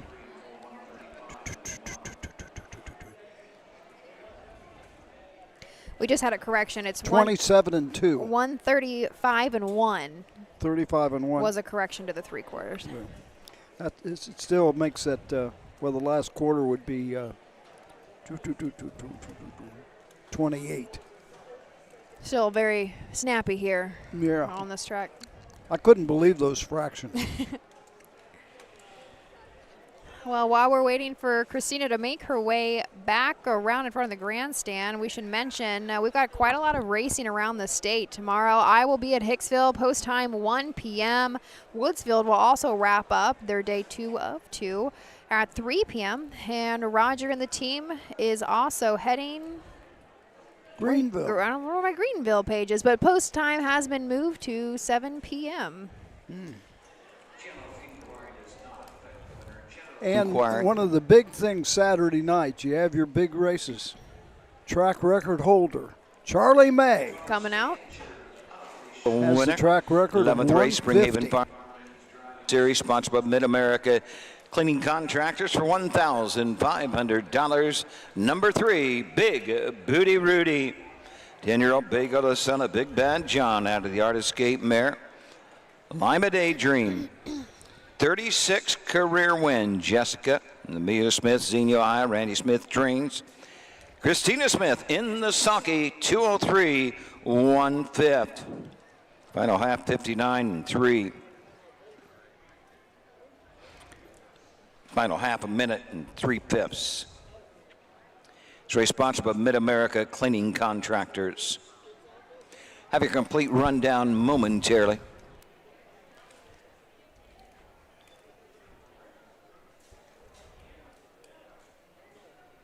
Big Booty Rudy. One of the few Big Bad Johns still racing. Winner of the Little Brown Jug in 2009. That was trained, but was that Ron Potter's horse? Big Bad John? Ron out Potter of was the Delaware. trainer. David Miller the driver. Buckeye Actually, horse he there. had 2 drivers that 3-year-old campaign, or the end of the 2-year-old. Brett Miller drove the horse early on, Gotcha. and then They switched to David Miller once the big races came along. So we had a general inquiry on the field. Does not affect the winner. I'm not sure who. One interesting thing on Big Bad John, I announced 11 of his races. He won all 11. Maybe it was you, Roger. Did you bring him a little good luck? This is a true story, told to me by Susie Tell, the owner. They brought Big Bad John back to Delaware, Ohio to be greeted by the fans, put him in the jug barn so people could go and look at him and everything. Susie tells me, and she swears it's the truth, that when Roger called races at Delaware, no matter what he was doing, he walked to the back of the stall and looked out the window on hearing my voice. You can believe this or not, but when Jason Settlemore called, Big Bad John lay down and went to sleep. Results are official. Number 1, Pete's House finished 5th, placed 4th. Number 2, Matty Shark 2. The 3, Big Booty Rudy, the winner. 4, Fergalicious 3, 5, Headbanger finished 4th, placed 5th. For interfering with 1, Pete's House past the 3/4. 31, 103 and 4, 135 and 1, 203 and a 5th. Placed 4, 213. Placed 5 on the bottom. 203 and a 5th. Well, that wraps it up for the 2026 Harness Racing program at the Allen County Fair. In the barn area, return those saddle pads, please. All checks will be available momentarily in the race office. Return those saddle pads, please. Thank you so much. Well, that wraps up the broadcast. We're going different ways tomorrow. A lot of racing on YouTube. They will not be racing against each other, though. No. 1, 3, and 7 p.m. So it means you can join us for all of them. Yeah. So get your YouTube open, your OHHA.com, whatever you choose to watch us on. Thanks for joining us here all evening long for all of OHHA. I'm Ashley Daly. Roger Houston's reminding you, if there's a county fair near you, be there.